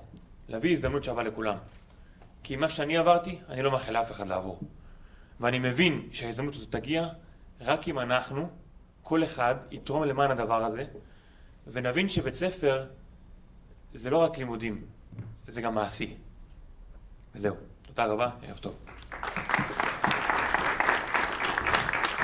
לחלק הבא אנחנו דנים באחת השאלות הרגישות והמשמעותיות ביותר לחינוך הממלכתי. על פי חוק חינוך ממלכתי תשי"ג 1953. אחת ממטרות החינוך הממלכתי הן ללמד את תורת ישראל, תולדות העם היהודי, מורשת ישראל והמסורת היהודית, להנחיל את תודעת זכר השואה והגבורה ולחנך לכבדם. כלומר, יהדות כבר מצוינת כמקצוע ליבה, ואף חוזרי המנכ"ל לאורך השנים מבססים זאת. אז מדוע, אם כך, המדיניות לפיה כל תלמיד ותלמידה בישראל ילמדו כבסיס משותף אינה מיושמת בפועל? מצד אחד, יש מי שטוענים שלימודי יהדות הם מרכיב חיוני בזהות, בהבנת התרבות ובעיצוב החברה הישראלית. מצד אחר, עולות שאלות על פלורליזם, כפייה, תיעדוף פדגוגי ועל מקומם של תלמידים שאינם יהודים במערכת. בפאנל הבא ננסה להבין מה בדיוק כולל ידע יהודי בסיסי, מי צריך להגדיר אותו, מה ההשלכות החינוכיות והפוליטיות, ובעיקר איך נראית כיתה ישראלית שבה יהדות היא מקצוע חובה. אז אני רוצה להזמין על הבמה את דרור קפח, איש חינוך, פרשן בערוץ 14, דוקטור טל גרינפלד, ראש תחום חינוך במרכז יכין למחקרים אסטרטגיים, חברה בחוג הפרופסורים לחוסן לאומי, חוקרת מדיניות חינוך ציונית יהודית, עורך הדין יובל גת, תנועת חינוך זה עלינו, פעיל חברתי בתחום החינוך, חוקר השפעת הפרוגרס. עורך הדין זיו מאור, איש תקשורת ופובליציסט. בואו אליי אל הבמה.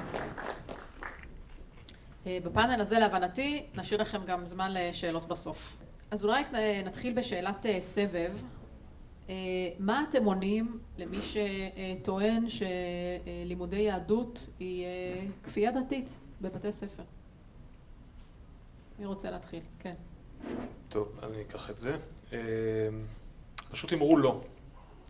האתגר שאנחנו מתמודדים איתו, האתגר שבאיזשהו מקום הוביל לשפל שמערכת החינוך נמצאת פה בכל מה שקשור בהנחלת ידע, זהות וערכים יהודיים, נובע ממיתוס, שהפלג הפרוגרסיבי של המנעד הפוליטי אוחז ומניף ללא רחם, וזה שההשקפות שלו הן בעצם תפיסת עולם מקצועית.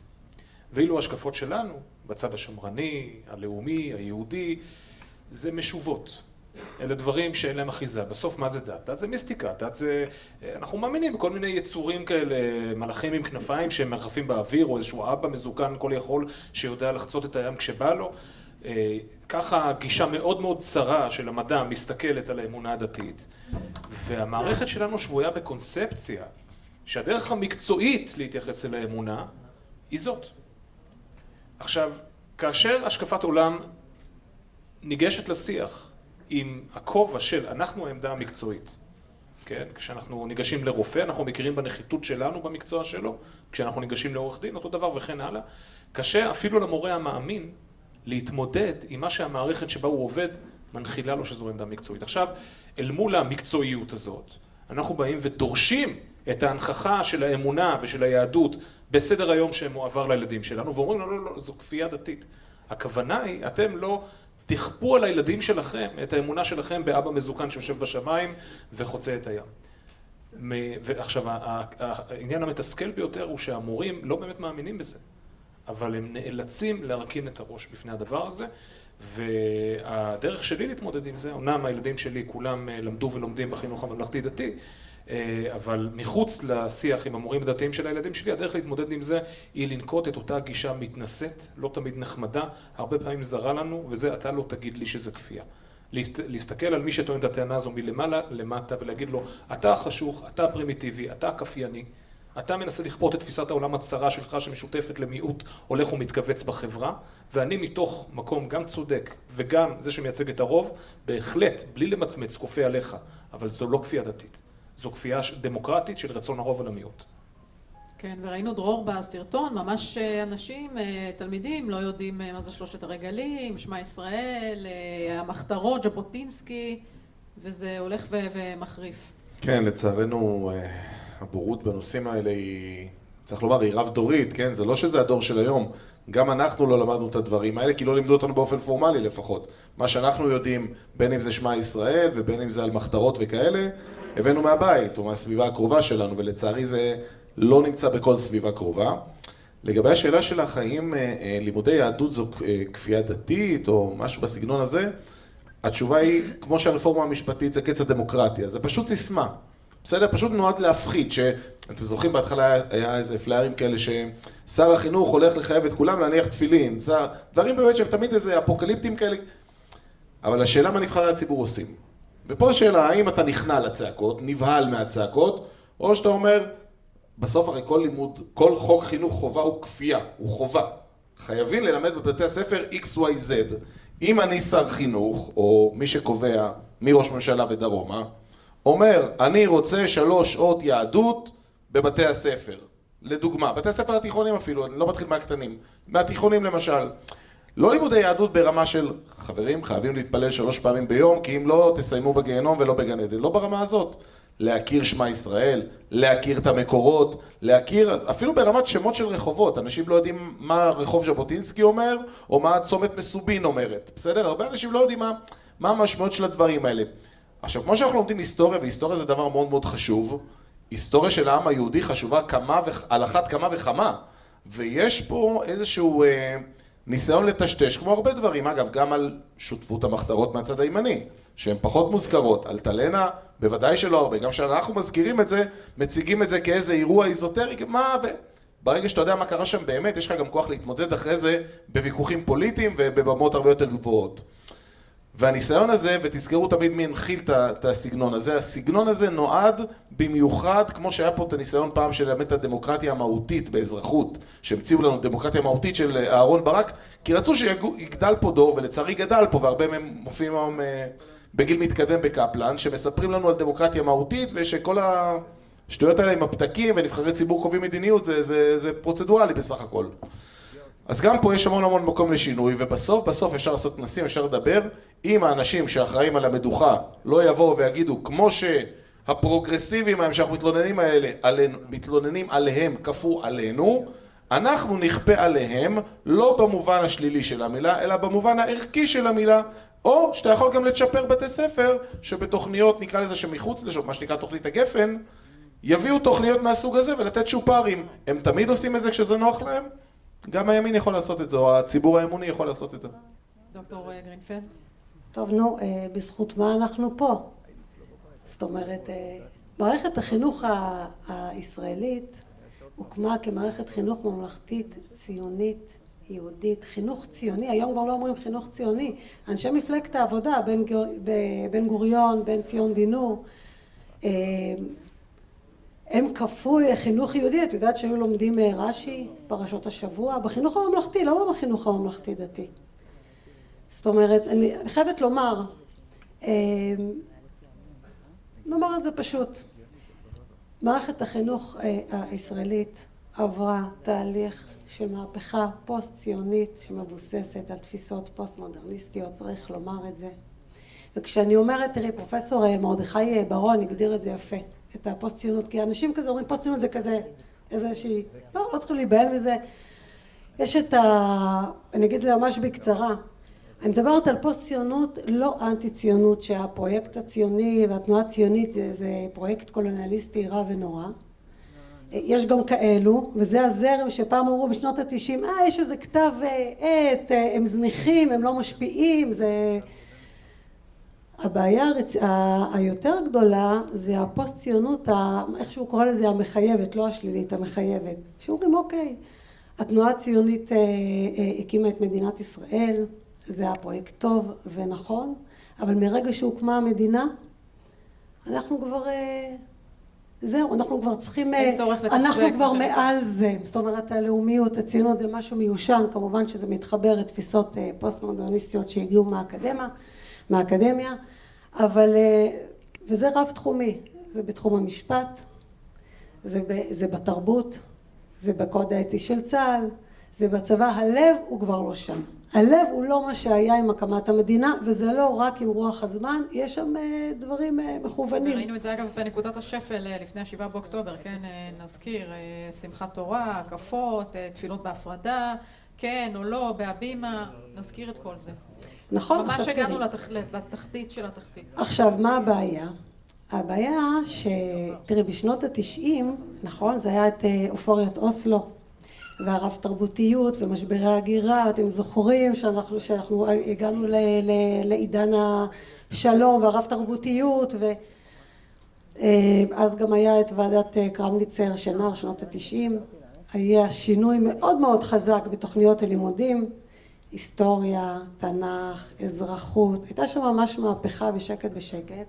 יוסי שריד, שולמית אלוני, עשו עבודה יפה, חוק חינוך ממלכתי שהיה סעיף אחד, סעיף המטרות של חוק חינוך הממלכתי היה סעיף אחד, הורחב בשנות ה-2000, ניסה לעשות את זה אמנון רובינשטיין, לא הצליח. יוסי שריד בשנת 2000, במקום סעיף מטרות אחד ופשוט שמדבר על עם ישראל ונאמנות למדינה ועבודה חקלאית ולימוד השואה, דברים מאוד מאוד פשוטים, הרחיבו את זה לאיזה 13 סעיפים טרחניים שנראים יותר כמו חוזר מנכ"ל מאשר חוק חינוך ממלכתי, וזה עוד פעם למה? זה חלק ממגמה מאוד מאוד רחבה, שבמקום להגיד שקצת מציק לנו, זה לא הלאומיות והציונות שמציקה, אתם צריכים להבין את זה בתפיסה רחבה יותר, זה הדמוקרטיה שמדאיגה. עכשיו תשימו לב, מתי התחיל? שנות ה-90, שיח מאוד מאוד חזק שמחייב עוד, שפשוט שם לכם את זה כעובדה, שיש סתירה מהותית בין היהודית לדמוקרטית. מה את יותר יהודית או דמוקרטית, נכון? סקרים כל הזמן ככה, מה? זה בדיוק התהליך, זה היסוד הלאומי יהודי, לבין היסוד האוניברסלי אזרחי. ושימי לב שזה גם מה שקרה במערכת המשפט. עכשיו, מערכת החינוך, אני רק אגיד עוד מילה אחת, כי זה חשוב בשביל הבנת התמונה הגדולה, זה כמובן השפיע, ירידה בתכנים, היסטוריה יהודית, פעם זה היה היסטוריה של עם ישראל, רצף כרונולוגי, העברת ידע, זה כבר עורבב עם היסטוריה כללית, לאט לאט גם התכנים יורדו, אבל אני אמשיך לזה אחרי זה, זה אותו דבר גם באזרחות, במקום ללמד אזרחות, מבנים, מנגנוני שלטון, זה הפך להיות איזה מין מקצוע של זכויות אדם, השוואה לדמוקרטיות אחרות, מולדת היה לב ליבו של החינוך הציוני. הפך למקצוע רב נרטיבי, עשינו על זה מחקרים גם במרכז יכין, כי הלב, כן, הוא כבר לא באמת במדינה היהודית של עם ישראל, ואיך אנחנו מעבירים את הנכסים האלו של הידע והמורשת והערכים לדור הבא, אלא מי ייפגע. אבל יש עוד אנשים, המחשבה היא אזרחית אוניברסלית, וזה בדיוק ההבדל. ותשימו לב שזה בכל התחומים, ואנחנו עוד נמשיך על זה אחרי זה. כן, עורך הדין יובל גת. בעצם כשמישהו אומר שזה הדתה, יהדות, זה סיסמה לנינואידית, שהמטרה שלה היא לא לייצר שיח. כשמישהו מחפש לנתק אותך מהמורשת התרבותית שלך, מהזהות שלך, מהמסורת שלך, הוא לא מחפש לתת לך חירות, הוא מחפש לקחת אותה. ואנחנו, טל הזכירה פה את הנושא של דמוקרטיה. אנחנו מדינה יהודית. אנחנו לא מדינה יהודית ודמוקרטית, אנחנו דמוקרטיה בגלל שאנחנו מדינה יהודית. זה צמח מתוך זה. הלאום המייסד בחר את שיטת השלטון שלו, שזה הכרעה רובנית, וזה דמוקרטיה. זה אומר שאנחנו מדינה יהודית לכל אזרחיה. זה כולם נהנים מהמוסר והערכים והעושר התרבותי שהביאה היהדות לעולם. זה לא מתנגש, ומי שמנסה לספר לנו שיש פה איזושהי התנגשות, כאמור, לא רוצה יהדות ולא רוצה דמוקרטיה, ובהקשר של חינוך, אני רוצה לתת איזשהו סיפור. בשנות ה-30 של המאה הקודמת, הבריטים ראו את התוצאות של מערכת החינוך של היישוב פה, של היהודים, והם נורא התפלאו, אז הם שלחו ועדת חקירה. הוועדת חקירה הזאת הוציאה מסמך מרתק בשנות ה-30. בהיסטוריון תום שגב מביא את המסמך הזה בספר שלו, ימי הכלניות. אני רוצה להקריא קטע קצר. את המאמץ העיקרי לגיבוש זהות לאומית נפרדת ריכזו ראשי הציבור היהודי במערכת החינוך. ועדת חקירה בריטית שבדקה את מערכת החינוך העברי קבע שהורי התלמידים היהודים בארץ ישראל מצפים מהחינוך העברי ליותר משמצפים הורים באנגליה. הם מייחסים לו ערך לאומי. רוב בתי הספר, קבעה הוועדה, אכן עושים מאמץ גדול להקנות לתלמידים אהבה עמוקה ותחושת השתייכות לארץ ישראל. בתי הספר העבריים אכן טיפחו את התרבות העברית ובעיקר את התנ"ך והספרות. לימודי הגיאוגרפיה של ארץ ישראל תוארו כשיעורים במולדת, לוו בטיולים רבים ונועדו אכן להחדיר בתלמידים את האידיאולוגיה הציונית. יש עכשיו תלמידים שבמשך 12 שנה במערכת החינוך יש להם אפשרות להתחבר אל הנדוניה התרבותית שלהם. שיעורי ספרות דיברו איתנו, נכון? הם לא לומדים, הם לא מכירים את שיר השירים, הם לא לומדים את קהלת. יש להם מישהו חכם, החכם באדם נאמר עליו, הם לא מכירים אותו בכלל, הם אפילו לא מכירים, הם לא מכירים את העצות, את החוכמה שיש שם. במקום זה ידברו איתם שהעולם מתחלק למדכאים ומדוכאים, הם צריכים לבחור באיזה צד הם צריכים להיות, ושהם לא יבחרו להיות מדכאים חס וחלילה או ציוניים. אז אנחנו מחזירים חזרה את הציונות למערכת, ויהדות זה שלנו, ואין לנו מה להתבייש בזה, אנחנו צריכים להתגאות בזה ולהנחיל את זה הלאה, כי אם לא ננחיל את הזהות, את התרבות, את המורשת שלנו, מישהו אחר יכניס לילדים שלנו תוכן אחר. אז אני כן רוצה לשאול אתכם איך מתמודדים עם הורים שאומרים אנחנו לא רוצים שיהיה דוכני הנחת תפילין, וראינו את זה בתל אביב מחוץ לבית ספר, כופים על הילדים שלנו, לא רוצים טקסי קבלת שבת וכהנה וכהנה. איך מתמודדים עם זה? אז ברמה הפרטית אמרתי, אנחנו צריכים לאמץ בצורה מאוד מאוד בוטה רטוריקה של עליונות מוסרית. אתה לא תגיד לי, אתה לא תכפה עליי את עולם הערכים החשוך והקטן שלך. אני הרוב פה, אני קובע. אבל אני רוצה לדבר רגע על הרמה הרוחבית. ואיך כציבור אנחנו מזהים את הבעיה ומתמודדים איתה. דיברת קודם על פוסט-ציונות, אני רוצה לדבר רגע על פוסט-ממלכתיות, כדבר טוב, לא כדבר רע. הממלכתיות של החינוך הממלכתי ושל החינוך הממלכתי-דתי, הממלכתיות היא מקור הבעיה. ריכוזיות, מערכת ריכוזית, שבה מספר מצומצם של אנשים, ממסד קטן, יכול לכפות על מאות אלפי תלמידים, על מיליוני הורים, זה גן עדן לדכאנים פרוגרסיביים שוטפי מוח. לעומת זאת, מערכת מבוזרת, ארגונית, שהנחת היסוד בה, שכל מנהל הוא אדון לבית ספרו וכל הורה הוא אדון לילדיו ויכול לבחור לאיזה בית ספר הוא יכול לשלוח את ילדיו, אז יהיה בית ספר פרוגרסיבי, יהיו 100 בתי ספר פרוגרסיביים, אבל גם יהיו שם בתי ספר שבהם אנחנו קובעים. ובכל בית ספר ובית ספר יהיו את אותם הורים משוגעים שיהיו מעורבים בכל קוצו של יוד, והם יהיו 5-7% מההורים, וכל השאר יהיו פסיביים ורק יגידו זה הבית ספר שאליו אני רוצה לשלוח את הילדים, כי פה זה בית ספר יהודי וזה בית ספר פרוגרסיבי, אז מישהו אחר ישלח את ילדיו לשם. נקודת המוצא הזאת היום היא צלם בהיכל. עכשיו, כדי להגיע ליעד הזה אנחנו צריכים לעבור שני שלבים. קודם כל לבוא ולהגיד שיטת השוברים היא הפתרון. איזה וריאציה, איזה ניואנס אפשר לדבר, אפשר להתווכח. שיטת השוברים הפשוטה, כל הורה מקבל על כל ילד כל שנה צ'ק של 30,000 שקל שאותו יכול לפרוע רק בבית ספר, וכל מנהל בית ספר מקבל את הצ'ק הזה ויכול לתת אתה לא קצת מחלק אותנו לישראל ויהודה עכשיו? ממש לא. לא? ממש לא. רגע, כי תראו, הזהות של העם היהודי שחי בארץ ישראל היום היא מגיעה מלמטה, היא לא מגיעה בגלל שהמדינה כופה עלינו. אני רוצה לחנך את ילדיי חינוך יהודי, חינוך שמחזק בהם את הזהות ואת הערכים שאני מאמין בהם, שעליהם גדלתי ושעליהם אני חונכתי, וכמוני מיליוני הורים אחרים, הם רוצים את מה שאני רוצה.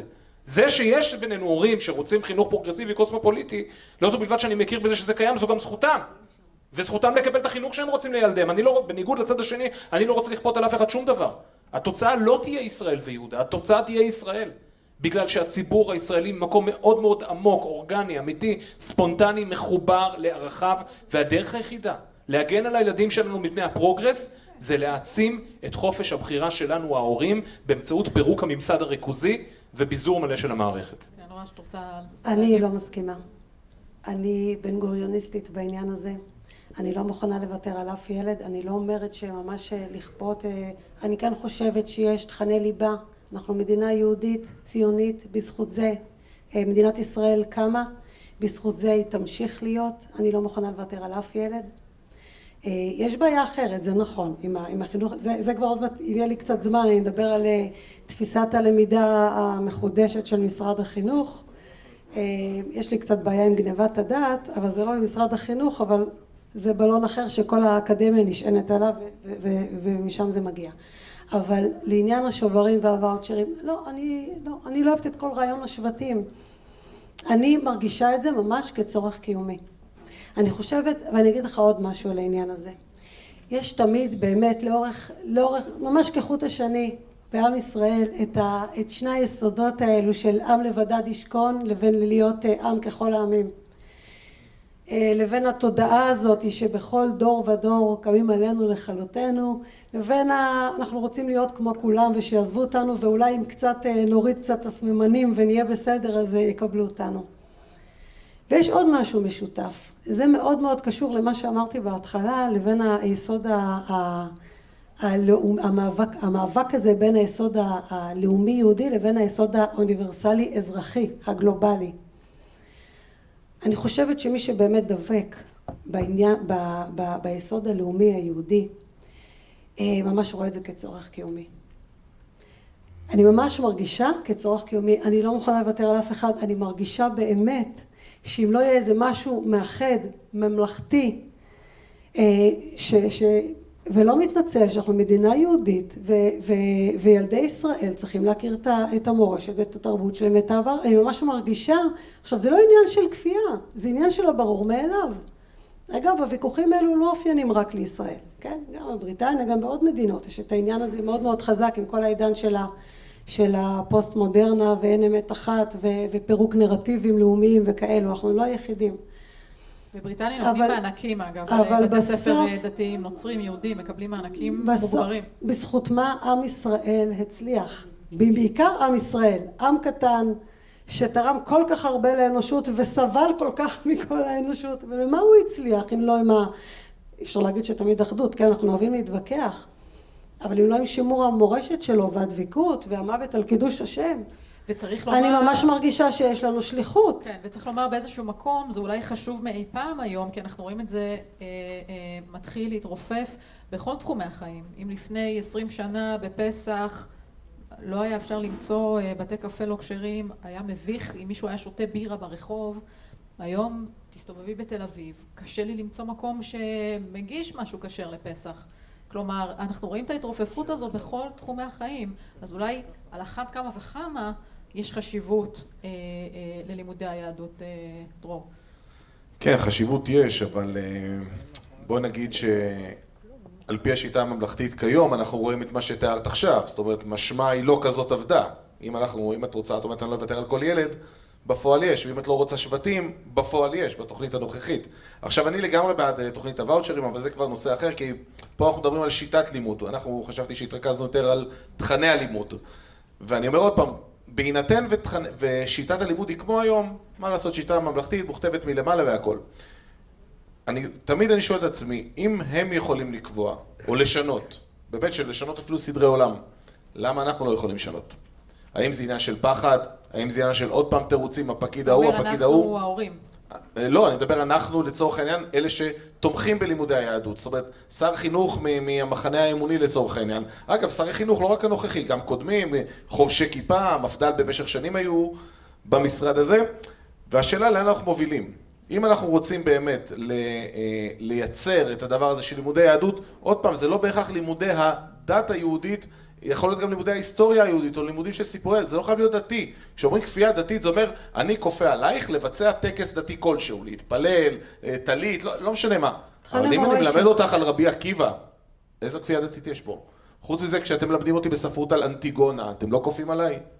כל דבר הוא כפייה. השאלה אם אנחנו כל הזמן נמצאים ממוד של מגננה, או שעוברים למוד אקטיביות של מתקפה במרכאות. מה אני רוצה להנחיל? עכשיו עוד פעם, אם אני גם בא ואומר, תמיד יהיו צעקות, הורים תמיד צועקים בבית ספר, פעם זה כי הילד לא יצא לטיול, פעם כי ישעו אותו, פעם כי אני לא יודע מה, עשו לו, תמיד יהיה טענות. השאלה, איך אני מתמודד עם הורים, היא שאלה גדולה, אבל כמו שאני לא אתן לאף הורה לכפות איזה ציון לתת לילד, או ילד שעשה משהו ומגיע לו עונש מסוים, אני אעמוד על הרגליים האחוריות שלי, גם פה אני אעמוד על הרגליים האחוריות שלי, בהינתן וזה שאני גם יודע שרוב אזרחי ישראל רוצים את הדבר הזה, למעט אולי קומץ רעשני באמת אין לו איזה משהו יותר מדי, ואם הם רוצים אחרי זה בסוף בבית להגיד להם, תשמעו, כל מה שלימדו אתכם בבית ספר זה שטויות, הרי בסוף עם כל הכבוד לבית ספר, חינוך זה גם בא מהבית. אני לא למדתי את ההיסטוריה היהודית בגלל בית הספר שלי. אני בעיקרון לא למדתי יותר מדי בבית ספר, אבל בטח לא גם בתכני הלימוד שהביאו לי שם. אבל אנשים שכן רוצים את זה, למה לא? אני גם לא רוצה, סתם, סליחה, כן, בלי לפגוע אף אחד, לא כזה מעניין אותי מה ההבדל בין להט"בים, בהטיה מגדרית או וכן מכניסים את זה לבית ספר. אז מה, בגלל שמישהו רצה והחליט, הוא עשה את זה, אני לא יכול לבוא וללמד, לא יודע מה, סיפורי חז"ל? זאת אומרת, איפה מחסום הפחד הזה עוצר אותנו? ופה אנחנו רוצים לשאול את עצמנו, ולא כל הזמן לבוא באיזה מגננה שמה יגידו? יגידו, בסדר. אז אני רוצה גם לאפשר לכם לשאול שאלות, אז בואו ניקח כמה שאלות מהקהל. כן. שלום, אני ירדן בר, נעים מאוד. מאוד חשוב לי להגיב על מה שדיברתם בעניין הזה של למה לא ללמד את הדברים שאנחנו רוצים ללמד. הבעיה היום היא הרבה יותר גדולה, הבעיה היא בהתארגנות. יש קבוצות שמאוד ממוסדות, שהן יודעות מה הן רוצות, הם הלכו והכניסו מנהלים מאוד פרוגרסיביים לבתי ספר, שהמנהלים האלה הכניסו מורים פרוגרסיביים לבתי ספר. אתה לא יכול להיות בכל בית ספר ולבחון כל מנהל וכל מורה ברמה פרטנית שכזאת. ממה שאני מצליחה להבין, עם כל כמה שהתעסקתי בזה בשנים האחרונות בנושא החינוך ובכל מה שקורה, חייבים לעשות את ההפרדה הזאת כדי לשלוט, הפרד ומשול. אין לך דרך להיכנס לעומק לעובי של הקורה. אם יבוא מורה שזה הרעיון שלו ללמד את התכנים האלה, הוא יצליח בסוף, כי הילדים יאהבו אותו וההורים יקבלו אותו, אבל רוב האנשים הם לא במקום הזה, הם עושים מה שמוכתב להם. אני כבר שמעתי על בתי ספר שהגיעה מורה לתנ"ך, אישה מאמינה שסיפרה מה מערכי שיעור שהיא רוצה להעביר, המנהלת אמרה לה זה באמת מה שאת מאמינה בו? אז היא אומרת לה כן, אז הם פיתרו אותה. אין לך דרך לשלוט בזה, זה חייב להיות בהפרדה. הדרך היחידה לגרור את כולם לממלכתי המסורתי, כמו שאני קוראת לו, צריך להיות הפרדה. ממלכתי דתי, ממלכתי מסורתי, ממלכתי לאומי. אם אתה רוצה שיותר ילמדו בממלכתי מסורתי, פשוט צריך להעלות את הרמה של הבית ספר ושל הלימוד, וככה אנשים ירצו שהילדים ילמדו שם. התחרות צריכה להיות על מקצועיות, היא צריכה להיות על ציונים, היא צריכה להיות על הצלחות, היא לא צריכה להיות בגלל שמישהו מכריח מישהו, כי אני לא רוצה שהילדים שלי ילמדו על מגדר, זה לא מעניין אותי שיהיה להם שיעורי מייקרים, זה לא מעניין אותי הרבה אני לא אגיד מה שדוחפים להם היום, אני רוצה את הלימודים נטו בסגנון של מה שהיה פעם עם ההתאמות. אז זאת הייתה שאלה וגם הערה, אז בוא ניקח עוד שאלה ותכף תגיבו פשוט על הכל. הייתה כאן עוד שאלה, מישהו כאן רצה לשאול? כן, הנה, כאן. בעניין הוואוצ'רים, יש לנו כרגע מציאות שבה, כמו שגם ציינו, שהאקדמיה, שזה מקור השטיפת מוח פרגרסיבית, כמו שמכנים את זה פה, שולטת לחלוטין במכללות להכשרת מורים. הם נותנים את הקרדיטציה וגם, כאילו, בעיה עמוקה מאוד. השאלה אם אפשר להתמודד עם זה, אפילו נראה לי לפני הוואוצ'רים, אם בכלל. ברשותך ליטל, אני אענה ראשון, כי אני קודם כל מתנצל גם בפני הפאנל וגם בפניכם, יש לי שידור עוד 40 דקות, אז אני אענה ממש בקצרה ואז אני אפרד מכם. אנחנו עוד דקה מסיימים את הפאנל. כן, אז אני חושב ש... אז תעשו את זה אז אני אעשה את זה ממש בקצרה, ותתייחס לשתי בקצרה. הנקודות. הדרך של אותן קבוצות אקטיביסטיות של הורים, לכפות את העמדה החשוכה שלהם על הורים שלא מעוניינים שהילדים שלהם יחשפו אליה, זה בגלל היעדר הבחירה של ההורים בבית ספר, בגלל שיטת אזורי הרישום, שכאן בירושלים ברוך השם לא קיימת. האקטיביסט חמום המוח שרוצה לכפות את העמדה שלו, יודע שהוא לא צריך עכשיו לשבת עם 200 מורים ולשכנע אותם שצריך לכבד זכויות להט"בים, אלא שהוא צריך להחליף מנהל אחד בבית ספר, וזה עשה את העבודה. השיטה הזו לא תעבוד אם יש להורים חופש בחירה. עכשיו, לגבי הערה שלך בנקודה הקודמת, אני בא מעולם של מדיניות תקשורת, ואני מסב את תשומת הלב בהרצאות לזה שלא היה אירוע אחד, לא היה סקנדל אחד בכל ההיסטוריה של שידור הציבורי בעולם המערבי, שאמרו שהשידור הציבורי ימני מדי. לא אצלנו, לא ב-BBC, לא באוסטרליה, לא בצרפת, בארצות הברית, ברוך השם, אין להם שידור ציבורי. למה זה? בגלל שהחשיבה הימנית זרה לקונספט של השידור הציבורי. זה שאנחנו לא רוצים לכפות את ההשקפות שלנו לגבי החינוך היהודי, הלאומי, הציוני, זה לא כי אנחנו ליברליים ורוצים למצוא חן, זה בגלל שהתוכן של הערכים הללו שאותם אנחנו רוצים לקדם הוא לא כפייני במהות. השמאל הקומוניסטי בשורשיו, הנאו-מרקסיסטי, יש בו אלמנט של כפייה מובנית. הם צריכים את המערכת הריכוזית כדי להנחיל את הערכים שלהם שיכשלו בלעדיה. אנחנו חירותנים, אנחנו מאמינים בערכים הללו, ולכן אנחנו מאמינים בחירות בבסיס. ואם אנחנו נבזר את המערכת ונפרק את אנחנו בחיים לא נצליח להשתמש במערכת הכפיינית כדי לכפות. גם אם יהיה לנו שר חינוך ומנכ"ל משרד חינוך, וברוך השם היו לנו, לא נצליח לכפות בחיים, כי זה סותר את אותם ערכים שאותם אנחנו רוצים לכפות. זה סותר אותנו, איתם זה עובד. ולכן המערכת הריכוזית לעולם מוטה שמאלה לכיוון הקוסמופוליטי ולכיוון הפרוגרסיבי. והפתרון הוא, אז אני אומר, ברגע שיש ואוצ'רים, לא מעניין אותי איזה תואר יש למנהל ואיזה תואר יש למורה, מעניין אותי התכנים שהוא מלמד. ולכן הקרדיטציה בעולם האקדמי שקופה לחלוטין מבחינתי. מורה טוב שיש הלימה בין הערכים שהוא מלמד לערכים שלי, יקבל את האמון שלי ואת הילד שלי. מורה שלא מתיישב את זה, לא יקבל. זאת שיטת הוואוצ'רים, ולכן הפתרון לבעיה. 30 שניות לכל אחד, כן. קודם כל, לגבי הנושא של ירדן, העלית כל מיני סוגים של מערכות חינוך. מערכת החינוך הממלכתית היא המסורתית. אין עוד אחת שתהיה נפרדת לאומית ואחת היא מסורתית. ומכיוון שחינוך עושה איזושהי בחירה, אין חינוך שהוא לא פוליטי. רק שמדברים איתנו על חינוך ממלכתי, בעצם אומרים את הפוליטיקה של העם, את הציפייה של העם, את הבחירה של העם, אנחנו נדיר החוצה, ואז שזה בחוץ נוכל בכל מיני הלחמי מילים וטכניקות להכניס את התפיסות הזרות שאין להם ביקוש פנימה. זה גם, אגב, לגבי נושא הוואוצ'רים, זה אותו נקודה. גם אם אני אתן עכשיו ואוצ'רים לכל אחד במשפחות פה, השאלה מי מחליט מה הסטנדרט, מי עושה את הקרדיטציה. וזה יכול להיות מלכודת, בטח כאשר אותם פקידים מלפני זה, שמחוברים לאותה מערכת הזנה ואותה אקדמיה, יחליטו מה עומד או לא עומד בסטנדרטים. דוקטור גרינפלד, לסיג. אני רק רוצה שיהיה ברור, אנחנו דיברנו על המקצועות ההומניים, מורשת חברה ורוח, שאין ספק שבהיקף של החומר, של התכנים, ירדו בלפחות 50%, וגם זה הפך לכל מיני כיוונים אזרחיים ומבולבלים, ולא ניכנס לזה.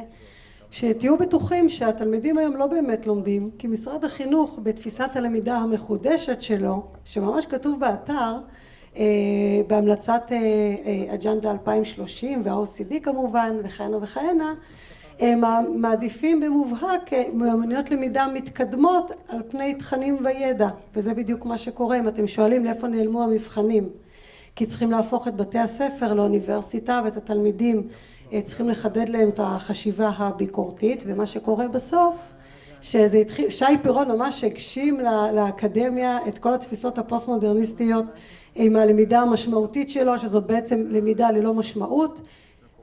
השרה אחריו, סשה ביטון בכלל, היא ממש חושבת שמקצועות הזהות כל כך חשובים, שפשוט הורידה את כל הבגרויות לכל המקצועות האלו, והם התלמידים, כיתה י' שגם לקחת אליהם את הידע, גם בקושי יודעים לקרוא ולכתוב, כי אתם מנסים לעשות מהם תלמידים באקדמיה, פשוט הורידו לגמרי. אני חייבת לציין שהשר הנוכחי, שעשה המון דברים טובים, והוא החזיר את מקצוע מולדת ותנ"ך, חובת לימוד תנ"ך, הוא ניסה לתקן קצת את הרפורמה של השרה הקודמת ולהחזיר קצת את בגרויות, כי בסוף מבחנים זה המדדים הכי טובים, אבל זה אסור כי זה שורש כל רע לפי התפיסות האקדמיות של היום המנותקות מהשטח, אבל זה יצא קצת יותר גרוע.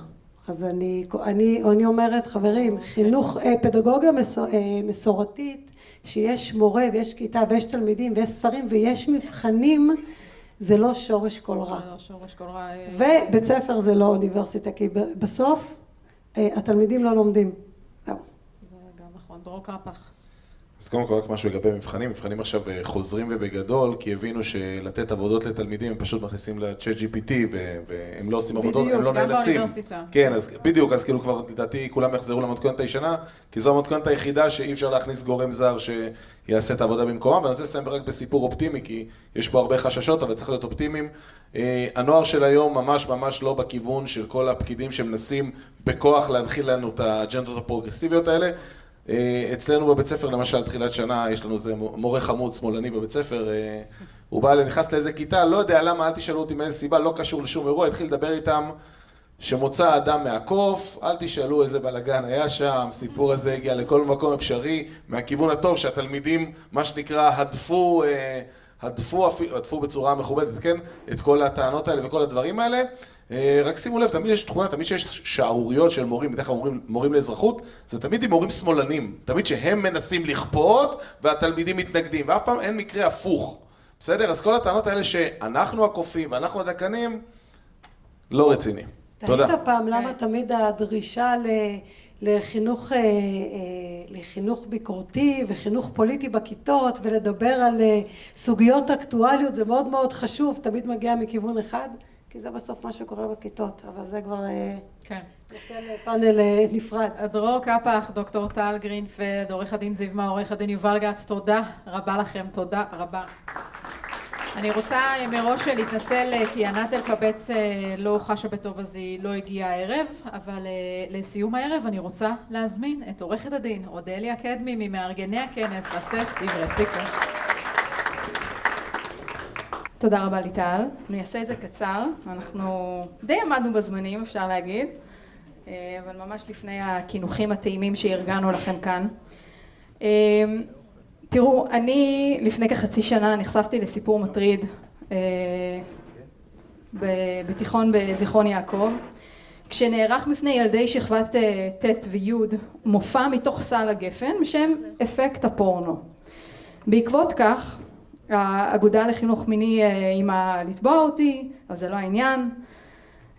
מעבר לפן הערכי בבחירת פעילות כזו במסגרת הפררוגטיבה של המנהלת, האירוע הזה הציף למעשה שתי בעיות שאותן ביקשתי לשקף להורים ועשיתי את זה באמת בצורה פומבית. הנוכחות בסדנה הזאת הייתה חובה. והדבר השני היה שההורים לא קיבלו הודעה מראש. והאירוע הזה באמת הכה גלים אצלנו ביישוב, ואני מודה לאל על הזכות, מכיוון שלא מעט הורים התעוררו בזיכרון כתוצאה מהאירוע הזה. עכשיו, אם אנחנו רוצים שאירועים כאלה לא יישנו, באמת מוטלת על ההורים החובה לדרוש שקיפות וחירות חינוכית מצוות ההוראה באופן נחרץ. אחרת, מישהו אחר יחליט החלטות הרות גורל במקומם. כשיצאתי לעשות את הסקר שצפיתם בו לפני זמן קצר, פגשתי נוער מדהים. חלקם בשנת הלימודים האחרונה שלהם, חלקם לפני הצבא, או כבר החלו שירות צבאי, בגלל זה חלקם היו מטושטשים אגב. אצל כולם זיהיתי סקרנות, להבין מאיפה באנו, וצמא גדול להתחבר לנקודה היהודית. עכשיו, 7 באוקטובר טרף את הקלפים בקרב הדור הצעיר, ואולי פה נקודת האור בתוך החושך הגדול שנפל על עם ישראל, כי הדור הזה יודע שהוא דור הניצחון, אבל ניצחון בביטחון לא יוכל להתקיים בלי ניצחון בחינוך. בלי החיבור העמוק ללמה לא נצליח להתמודד עם האיך ולשמה. ובאחת הבסטות בשוק מחנה יהודה נזכר אחד המוכרים בילדות שלו בעיראק, בגעגועים לארץ הקודש. אנחנו מכירים את הסיפורים האלה, מתימן, ממרוקו, מאתיופיה. כמה קיוו לעלות לישראל, וכמה טרגי שאחרי 2000 שנות כיסופים לירושלים, תוך דור אחד, הם איבדו את הכל. מסורת שיהודים שמרו עליה בחירוף נפש התפרקה באופן בלתי נסלח, ואיפה? בארץ המובטחת. אך לא עוד, לא במשמרת שלנו. מתוך הבנה שהילדים של היום הם המנהיגים של המחר, בצבא, באקדמיה, בכנסת, בחזית הבינלאומית. עכשיו הזמן למלא אותם במשמעות, בגאווה לאומית, בצדקת הדרך. במשך יותר מדי זמן קיווינו שהתיקון לכשלי החינוך יבוא מנבחרי הציבור שלנו, מאנשי מקצוע, מארגוני המורים, אבל למרבה הצער התבדינו. והיום אנחנו מבינים ששינוי אמיתי יגיע רק מלמטה, רק מהשטח, רק מכם, ההורים. הגיע הזמן לקחת את החינוך בחזרה לידינו. ואני רוצה לשבח את ההורים שכבר היום פועלים בתנועות שטח שונות, כמו למשל מאירים המדהימים וחינוך זה עלינו, ועוד תנועות מקומיות, אנשים שפועלים מצו מצפונם. יש פה הורים שהגיעו מזיכרון יעקב וסופגים לבדם את הריקושטים והביקורות על עמידתם האיתנה, לרוב נגד הזרם. אנחנו כבר רואים את המחט מתחילה לזוז מעט, ורק המשך התמדה ונחישות יביאו את התוצאות. כל משתתף שהגיע לכאן היום מקבל שי קטן, 10 הדיברות, להורה שאכפת לו. תדאגו לקבל את זה בדרך החוצה אם עוד לא קיבלתם. אנחנו יודעים שמסירות הנפש שלכם תזכה אתכם להיות שגרירים של השינוי הגדול באזור מגורכם. ולבסוף אני רוצה להגיד תודה לחבר הכנסת אבי מעוז על הרעיון והיוזמה הברוכה, לכל צוות ההפקה, הצוות התומך וחבריי מכל הארץ ששיתפו. תודה לליטל היקרה, לתמיר דורטל שהנחה, לצוות הפאנליסטים המשובח, ותודה לכם ההורים שאכפת לכם מספיק. אשריכם.